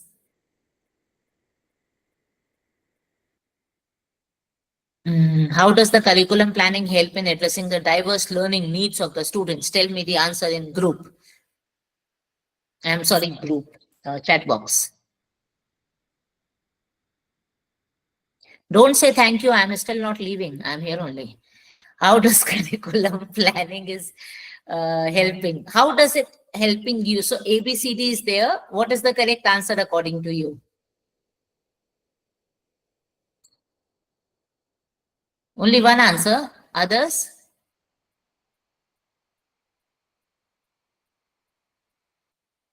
Yeah, obviously it is C, where you are actually personalized. See, nowadays everything is customized. When you go for gifting also, coffee mug nahi hota, coffee mug bhi customized ho jata hai. Within half an hour, you will get the photo of the person over there with a lovely quote over there and the mug is customized. So when even a coffee experience can be customized, the learning experience also should be personalized, na? Where the child should feel that this particular thing the teacher is doing for me. So that connection is something. When your curriculum plan is clear, when you are clear about learning outcomes, that will automatically happen. And of course, why it matters, we have already discussed these things. Academic results will improve, diversity will be catered, consistency will be there, and future ready skills, that is your 21st century skills, can be added in your academic plan. Next slide, please.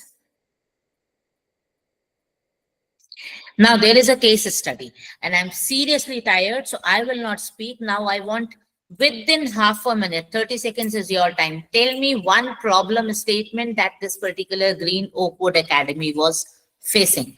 Read the case study and give me the answer in chat box. First, what was the problem area that they were facing? I want one statement. I do not want multiple statements.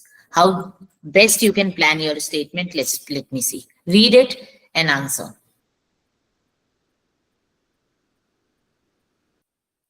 What problem Oakwood Academy was facing?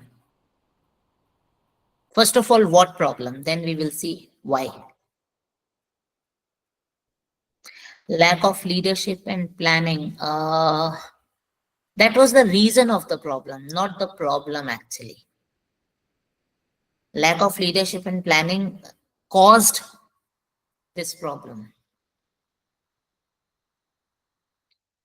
No, please read the case study carefully.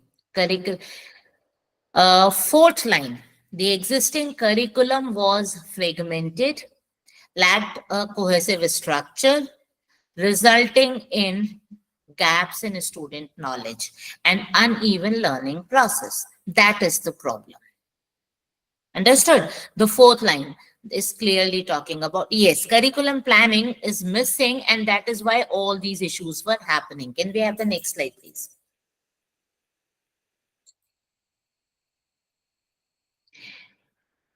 Then what solution? How did they address that?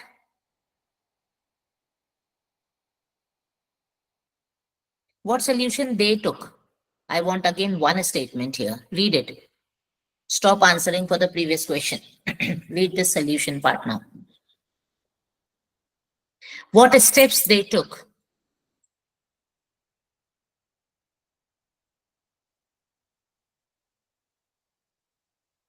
No attendance link will be provided until unless I am not stopping.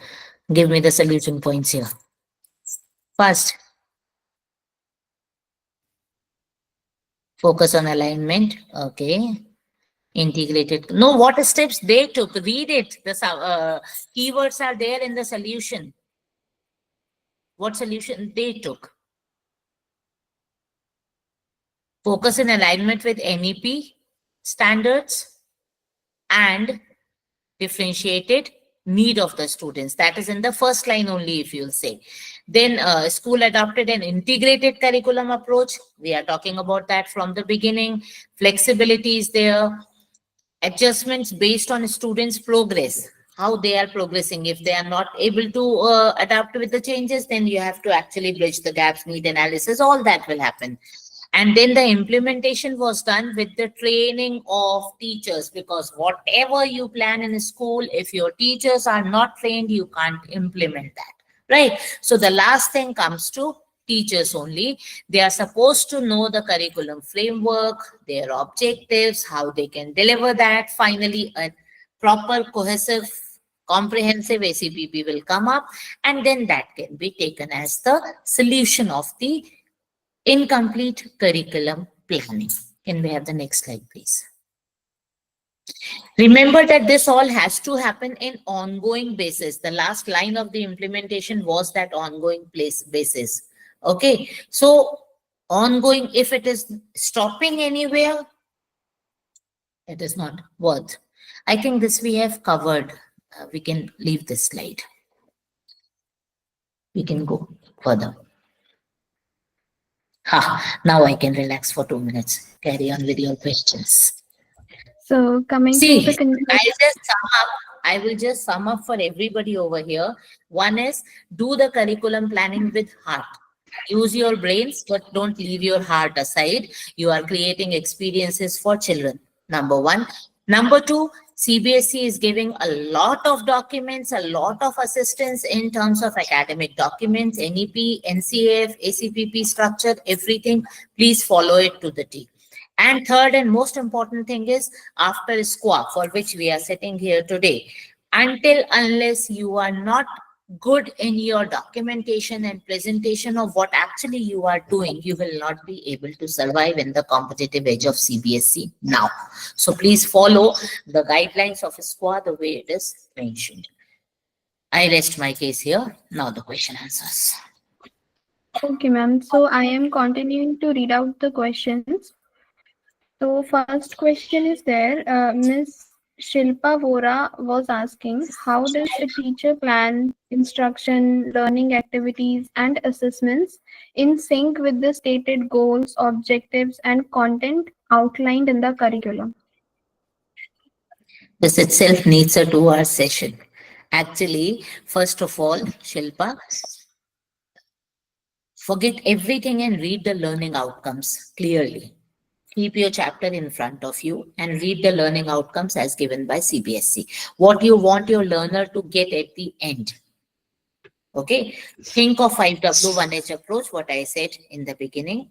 What you want to achieve. Do not go through the whole chapter as a whole. Take a part of it. After taking a part of it, the associated learning outcomes. When your learning outcomes are clear, please plan how you can deliver the best in terms of your available resources. Correct. So you need to think as a child of that grade, then when it is going to be delivered, how the child is going to perceive it. First, you do this visualization. And then, of course, the structure of lesson plan your school must be giving you. Every school usually does the same structure of lesson planning. Your visualization you put in that lesson plan. Do not put what you learned in B8. I'm sorry, I'm saying it here openly. Put your visualization there. These are the learning outcomes. Like today's session, my learning outcome was this particular thing. So I planned all what I'm going to say in sync with my learning outcome. Correct. So plan, first of all, focus on learning outcome. Do not focus on the content. And then the resources that you have, the activities that you can do, and then finally how you are going to check the formative assessment. Please refrain from question answers and quizzes. Rather, you please Google for multiple assessment strategies. There are 2,000 strategies available that you can apply, and they will love your assessment that way. That you can document as your lesson plan. As of now, I can answer this way. Otherwise, it needs a whole elaborated discussion. Yes.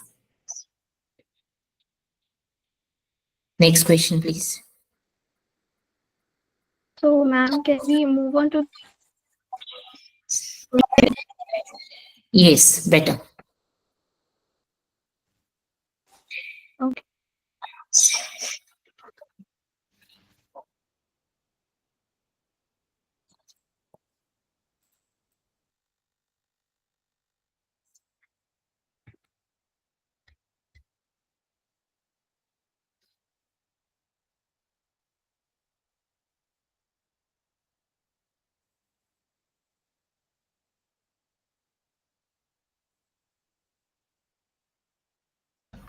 Ma'am, is the screen not visible? Yes, it got blank. Now I got it back. This is a conclusion which I already said. Is still, please focus on the keywords of this. Comprehensive. It should not leave any aspect. Engaging every, why today in the beginning I said that everybody should give thumbs up, answer over there, folk, because I want each learner who is here to be engaged. Okay. Now Smriti's video was on, so when she says this, I could understand that okay, what I am saying is actually being transferred to the learner. So that learner engagement is very much important, right? So that engagement also you need to plan that how you are going to keep them engaged. LKG child cannot be engaged in the same way you are going to engage a grade 6 child. That engagement strategies, standards aligned, because learning outcomes are already set, your school vision and mission statement is already set, the philosophy of the school is already set. So your strategies, your planning must align with all that, and then you go for educational experiences so that they get the necessary knowledge. When I'm saying necessary knowledge, it is cognitive knowledge and then skills, your 21st century skills. If these two things are imparted, they will be in the process of lifelong learning, and that is the overall gist of your curriculum plan. Do it with your heart, brain will automatically work over there. Don't worry. Next slide, please. Then it is like SQA, it is mandatory. Actually, you can't stay away from it. You have to. It is for all the CBSE schools. When to submit, again, this is your 5W1H. When to submit, February to December 2025, it has to be done. SQAA portal is there. Your login ID credentials will be your LOC, user ID and password. Your principal will be having a circular related to that. What you have to submit, there is a self-assessment of all 7 domains. It is having 1008 questions. You have to mark yourself against each question, whether you do it or whether you don't do it. On the basis of that, you will score yourself. and that has to be submitted. Then what should the schools prepare for? There are 1500 plus documents. Don't worry, don't look at to this jargon figure. We are already doing it. The only thing is Luneblaze can help you and we all can actually make it better. We are doing it just to make it in sync. And evidences as per the handbook is there. And how will the CBSE inspection? So peer assessment team will be there. So any other will actually come to your school for inspection, and they will inspect you on the basis of what self-assessment you have uploaded. And then, of course, the further steps will follow. Next slide, please. This is the bifurcation of those 1500 plus documents when it was said. In the first one, what we discussed curriculum today, total 526 documents, out of which 1.1 only we covered today, which is having 95 documents, including your ACPP and all. Similarly, every domain is having a set of documents like 7.1 beneficiary satisfaction is regarding the parents, the vendors, the children, the teachers. So there will be 6 domains and every domain is going to have a set of documents. So this is a kind of a list that shows you that how many documents you are supposed to prepare for SQAA self-assessment, first of all. Please move on to the next one.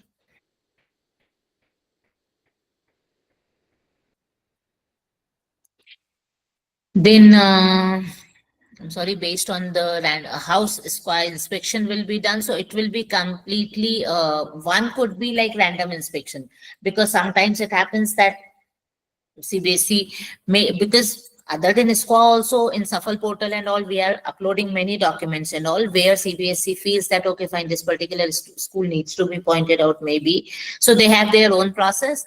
That 5% school CBSE will do as a random check. If you want, you can actually send a demand letter and then that is function. This will add value. Your SQAA score will add value in your marketing also. That you can actually market it when you are marketing for admission, that your SQAA score is this much and you are actually doing all those compliances which are, so this adds value to your marketing strategy also. The purpose is basically the promotion, this promotes it is for self-improvement, obviously. We are doing all these things, PTMs, we are doing teachers trainings, we are doing how to do it and how to make it better is where SQAA comes in. Then it is process oriented, it is not person oriented. This is actually true for everything. It has to be process oriented, how a process has to flow. Front office X is sitting or Y is sitting doesn't matter. The parent has to be handled this way is what matters. Handling of parent, training of teacher, whosoever is the principal, doesn't matter. This is how the internal training has to go on. This is what the focus should be.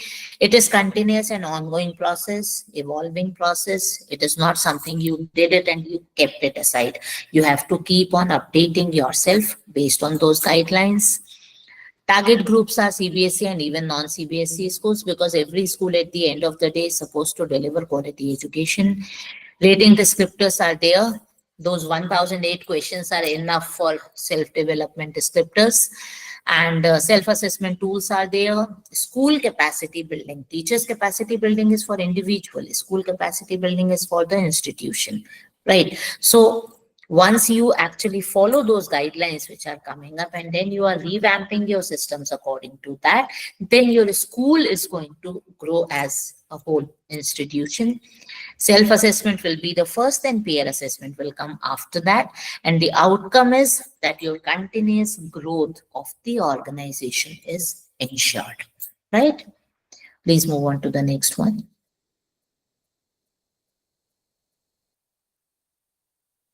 Extension of affiliation will not be granted if your SQAA updation is not done. I just missed that point, so I'm just adding. Extension of affiliation, all applying for new affiliation, all upgradation from one section to all the things. When you are going to go to Shuffle portal, it will first ask for SQAA. Then only you can do anything in Shuffle. These are all those documents that we discussed throughout your annual assessment calendar, your school calendar, your orientation. This is just a glimpse. They are not all. So you can see like the first one, curriculum planning, is 1.1.1 is looking at for 96, 95. 1.1 is going to have 95 documents. So this is just a glimpse. In SQA portal or in your SQA manual, you will get the whole list of all these documents that are needed for completing the SQA compliances. Can we have the next slide, please?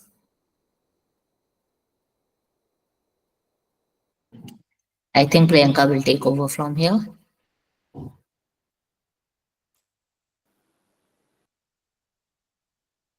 Thank you so much, Deepti ma'am, for this interactive and wonderful session. The way you have explained curriculum mapping in CFA, CPP were very knowledgeable. And as she has already briefed about the requirement of document and evidence for the SQAAF, now we will be providing an overview of how Luneblaze can assist schools with the SQAAF implementation.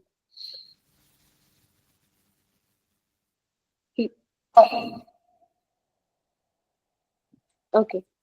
So firstly, let's have an overview of Luneblaze. Luneblaze having 8+ years of experience in accreditation. Previously, we were helping colleges with NAC, NBI, and IRF. And now we are also supporting schools with the SQAAF implementation by offering a comprehensive end-to-end solution for accreditation and assessment. We at Luneblaze help schools efficiently organize and manage the SQAAF data, including various documents, policies such as curriculum, calendars, and evidence for events like competitions, workshops, and orientations, etc. Now let's look in depth at how Luneblaze assists schools. So here we offer 1500 plus pre-framed documents, policies, and evidence management platform to store all the records of various functions, competitions, and workshops. Apart from this, we all know that managing tasks and meeting deadlines can be challenging. So here with the Luneblaze's workflow management system, we can assign the task or particular domain to the respective teacher and can also set deadlines to monitor their progress and ensure timely completion. Next is continuous learning through monthly training session. As most of you are already aware that Luneblaze provides monthly training sessions led by our SQAAF experts and advisors designed to improve faculty knowledge and application of SQAAF standards. We also conduct regular review meetings to share SQAAF updates, new features, and to check progress made so far, and which help us stay aligned and identify any areas for improvement. We do provide 24/7 consultancy support via mail, call, WhatsApp whenever required. Then comes the SQAAF assessment report filing. We also support schools with the annual SQAAF filing on the CBSE SQAAF portal, where we guide schools through the do's and don'ts of the self-assessment, ensuring that the evaluation is honest and constructive, not just a checklist exercise. Lastly, we do conduct the document audit and mock inspection as well. So now to provide a practical overview of how Luneblaze can assist schools with all these documentation and workflow management, we will take you to the Luneblaze portal where we'll be presenting all the required documents for SQAAF and how a school can manage all their documents and evidences. So for that, I'm sharing my screen. I hope it's visible, Kirti. Yes, it is visible. Please continue. Okay, so this is the Luneblaze dashboard. So here we have SQAAF and we have quick links where we have the improvement plans, teacher diaries, CBPs, lesson plans through which we can redirect to a particular document. So firstly, we will be explaining about how we can manage our workflow. Then we will take you to the documentation part. So from here to the school name, we have to go to the manage account option.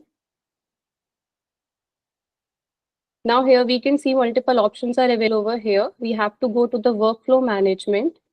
Then we have to enter a detail of a particular teacher. Here we have added a detail. Let me just remove this one.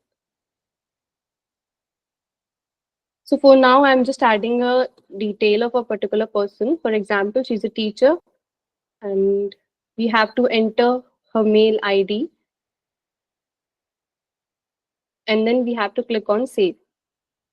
Now we have to select a particular, we have to click over SQAAF to select a particular domain, a particular standard or a single standard or subdomain, which we would like to assign to this teacher. Suppose we would like to assign infrastructure. So we have to click on infrastructure. If we want to assign a particular standard, then we can do that as well. Here we have all the standards and subdomains. So after choosing a particular domain or subdomain, we need to click on Save Changes, and it will be assigned to this particular teacher. Here we can see to Ms. Priyanka, infrastructure is assigned, and here we can check the progress as well, like how much work has been done by this teacher. Now, this is how we can manage the workflow. Now we'll take you to the dashboard again to access the documents and policies. So here through SQAAF, we can access all the 1500 plus documents. Here we can see we have a form available over here. Now here we have to click on update option.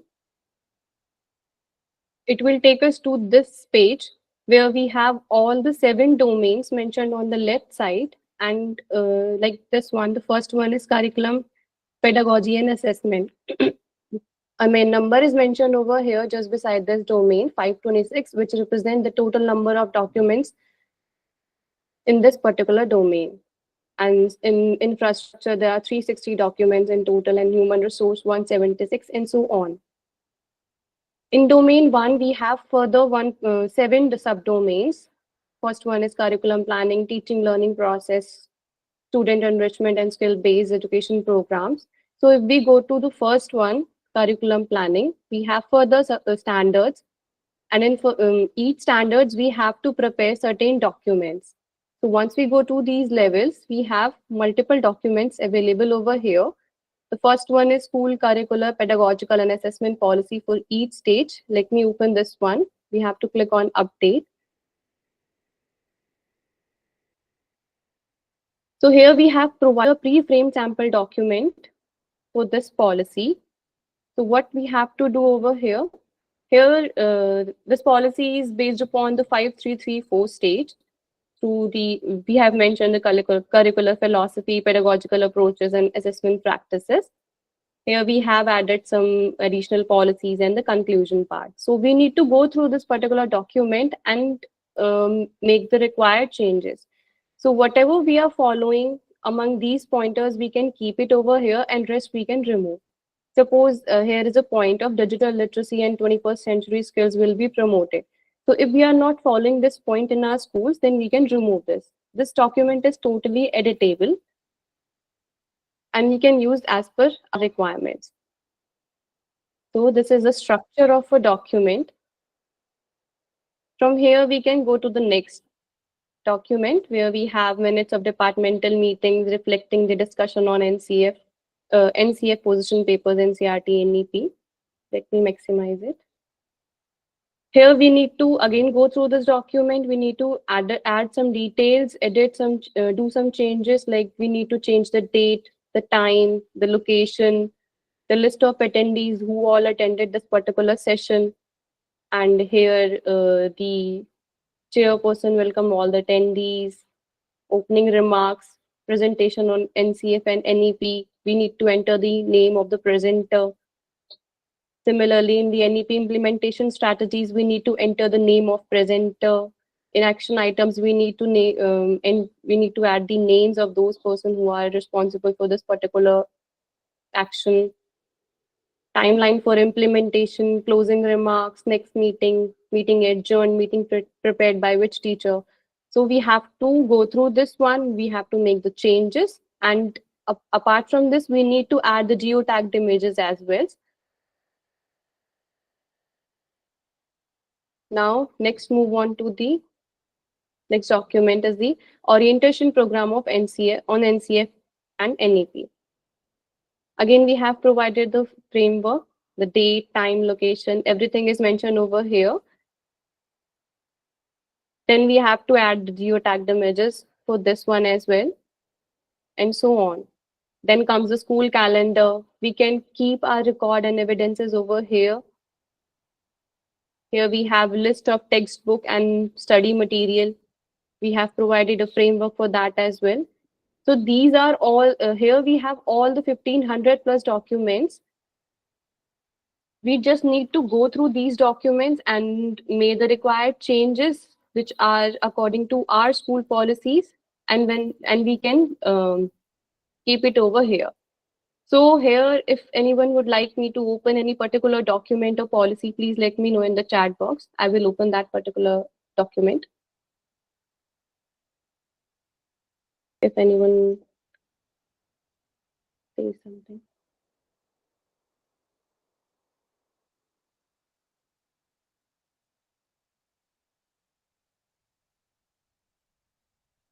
Okay, so let's move ahead with this.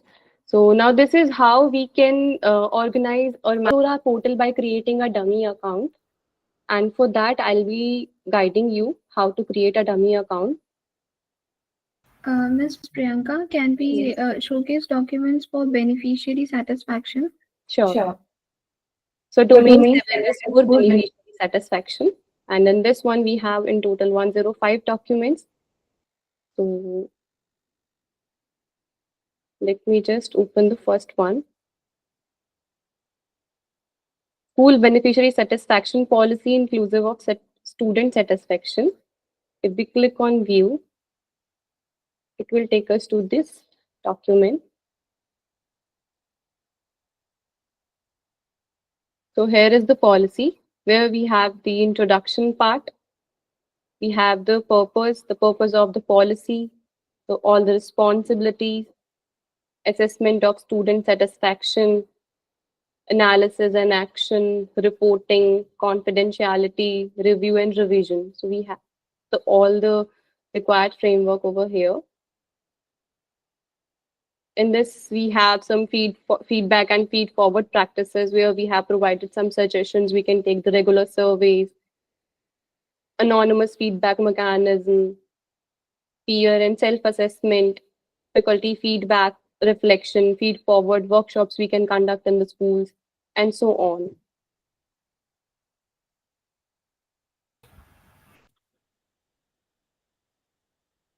And if we talk about the inclusive practices, so domain 4 is for inclusive practices. The first one, 4.1, is barrier-free environment. The first policy we talk about is school equity and inclusion policy.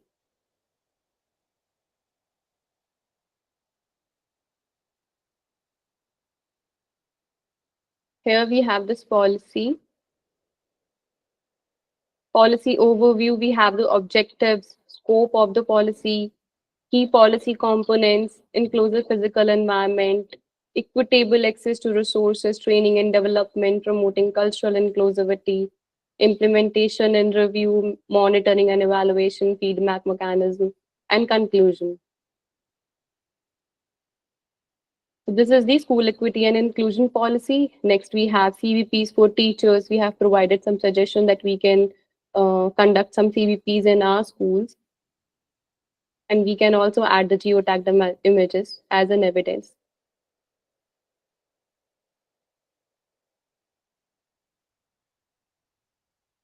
So this is how we manage all the documents and evidences. And I was showing you the dummy account, how to create a dummy account. Let me just log out from here. So first we need to browse the luneblazeportal.com. Then we need to go to the start your accreditation journey. From here we can see sign up for a demo account. Once we click on this, we need to enter few details. The institution name, mail ID, password, country code, phone number, institution type, school, address, update logo, and submit. Then we'll be able to access to our Luneblaze. We have also provided the QR code. We are also providing you the QR code and the Luneblaze portal link in the chat box section where you can access the Luneblaze portal and create a demo account. This demo account will be available active for 7 days only, for 1 week only, and all the teachers will be able to access only the documents mentioned in So can you please share your screen?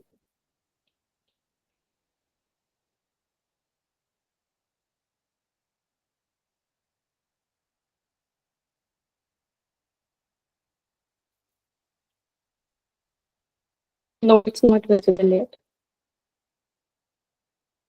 And we have provided the luneblazeportal.com link as well. So we have mentioned the portal link in the for the demo account in the chat box.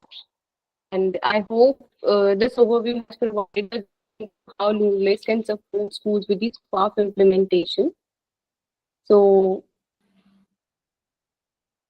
sorry everyone, I got disconnected. So moving ahead, we are incredibly proud to share that we are currently supporting schools on their SQAAF journey. Among these are renowned institutions like GD Goenka, Evergreen Public School, TPS, and many more, both in India and internationally, including Elaine Junior Schools and Indian language schools. And we are excited to continue this journey and look forward to assisting you on your SQAAF journey as well, helping your institution achieve its goal with the same dedication and excellence. So for more detailed information, or if you would like a personalized demonstration of our product, please feel free to contact us at the number mentioned below. Our team will surely assist you. Thank you all for joining us today. And now I would like to hand over the session to Ms. Kirti.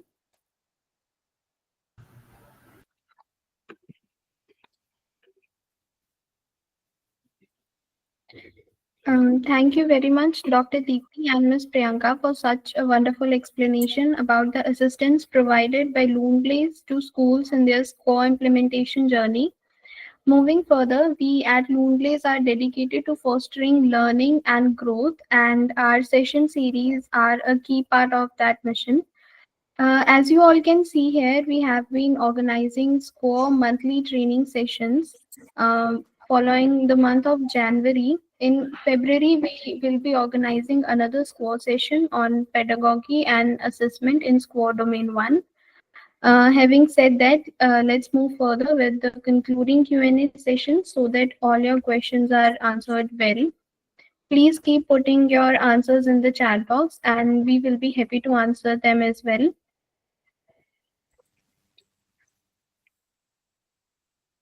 So, Ms. Deepti, should I read out the left questions? Yeah, sure. But still, I would like to hear from the participants if they are allowed to unmute. That will give more life to the question.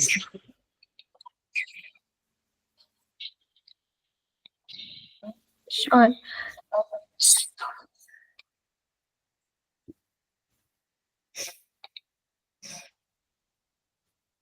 You can unmute and ask. I'm ready to answer to my best of my capacity. So, we have a question from Miss Ritu. So, Miss Ritu, or should I read? You can read if she is not there, then you can read. Of course, I can answer.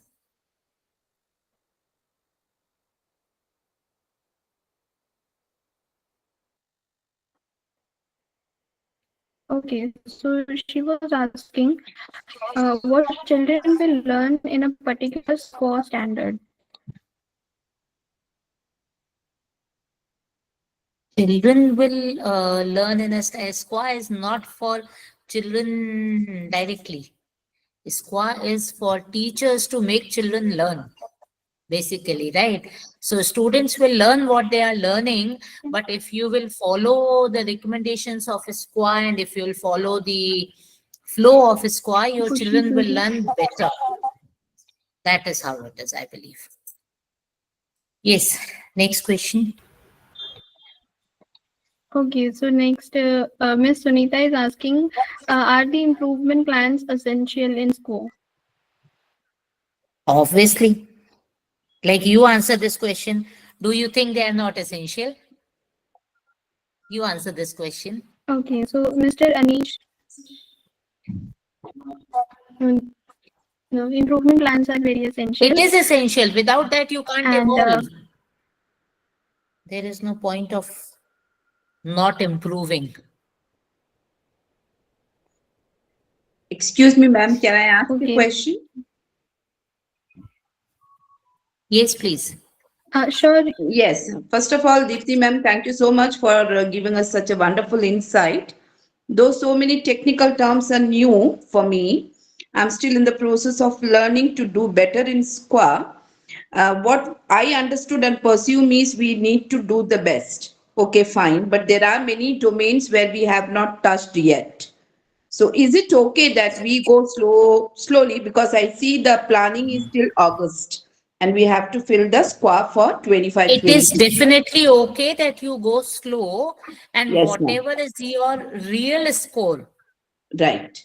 you upload that only. CBSE Right. is not asking for manipulations, right? Yeah. So Got if it. you are scoring less, no Right. penalty will be imposed to you. That is what I wanted to know.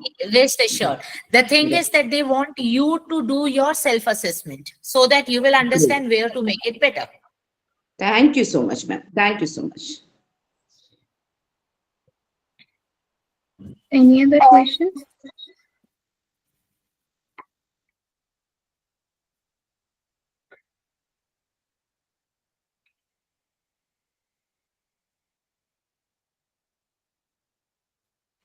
Okay, so I think we have covered all the questions and no more questions are there. So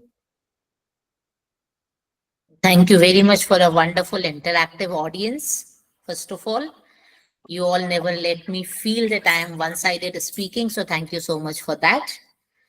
And thank you for giving me this platform for interaction. I would like to extend my heartfelt thanks once again to you and for leading this fantastic session. We have all learned a lot, and your insights on curriculum in SQAA Domain 1 have been really very valuable for all of us. Special thanks to all of you for your active participation and involvement. Your engagement truly made the session very lively and enhanced. Hope all your questions and queries regarding the curriculum have been answered well. And as we regularly host such sessions on various topics and domains of SCORE, we would be honored to have you all join us for those as well. And lastly, let me inform you that we will be sharing the feedback form link during this session only, and no link will be provided after the session concludes. And the participation certificates will be provided within one upcoming week as per your responses. And thank you in advance for your feedback. Thanks a lot. Best wishes for your journey through SCORE. We look forward to welcoming you again in our upcoming sessions on SCORE, and wish you a wonderful weekend. Thank you. Thank you. Now, shall I leave? Yeah, sure. Thank you, Thank you. ma'am. Thank you.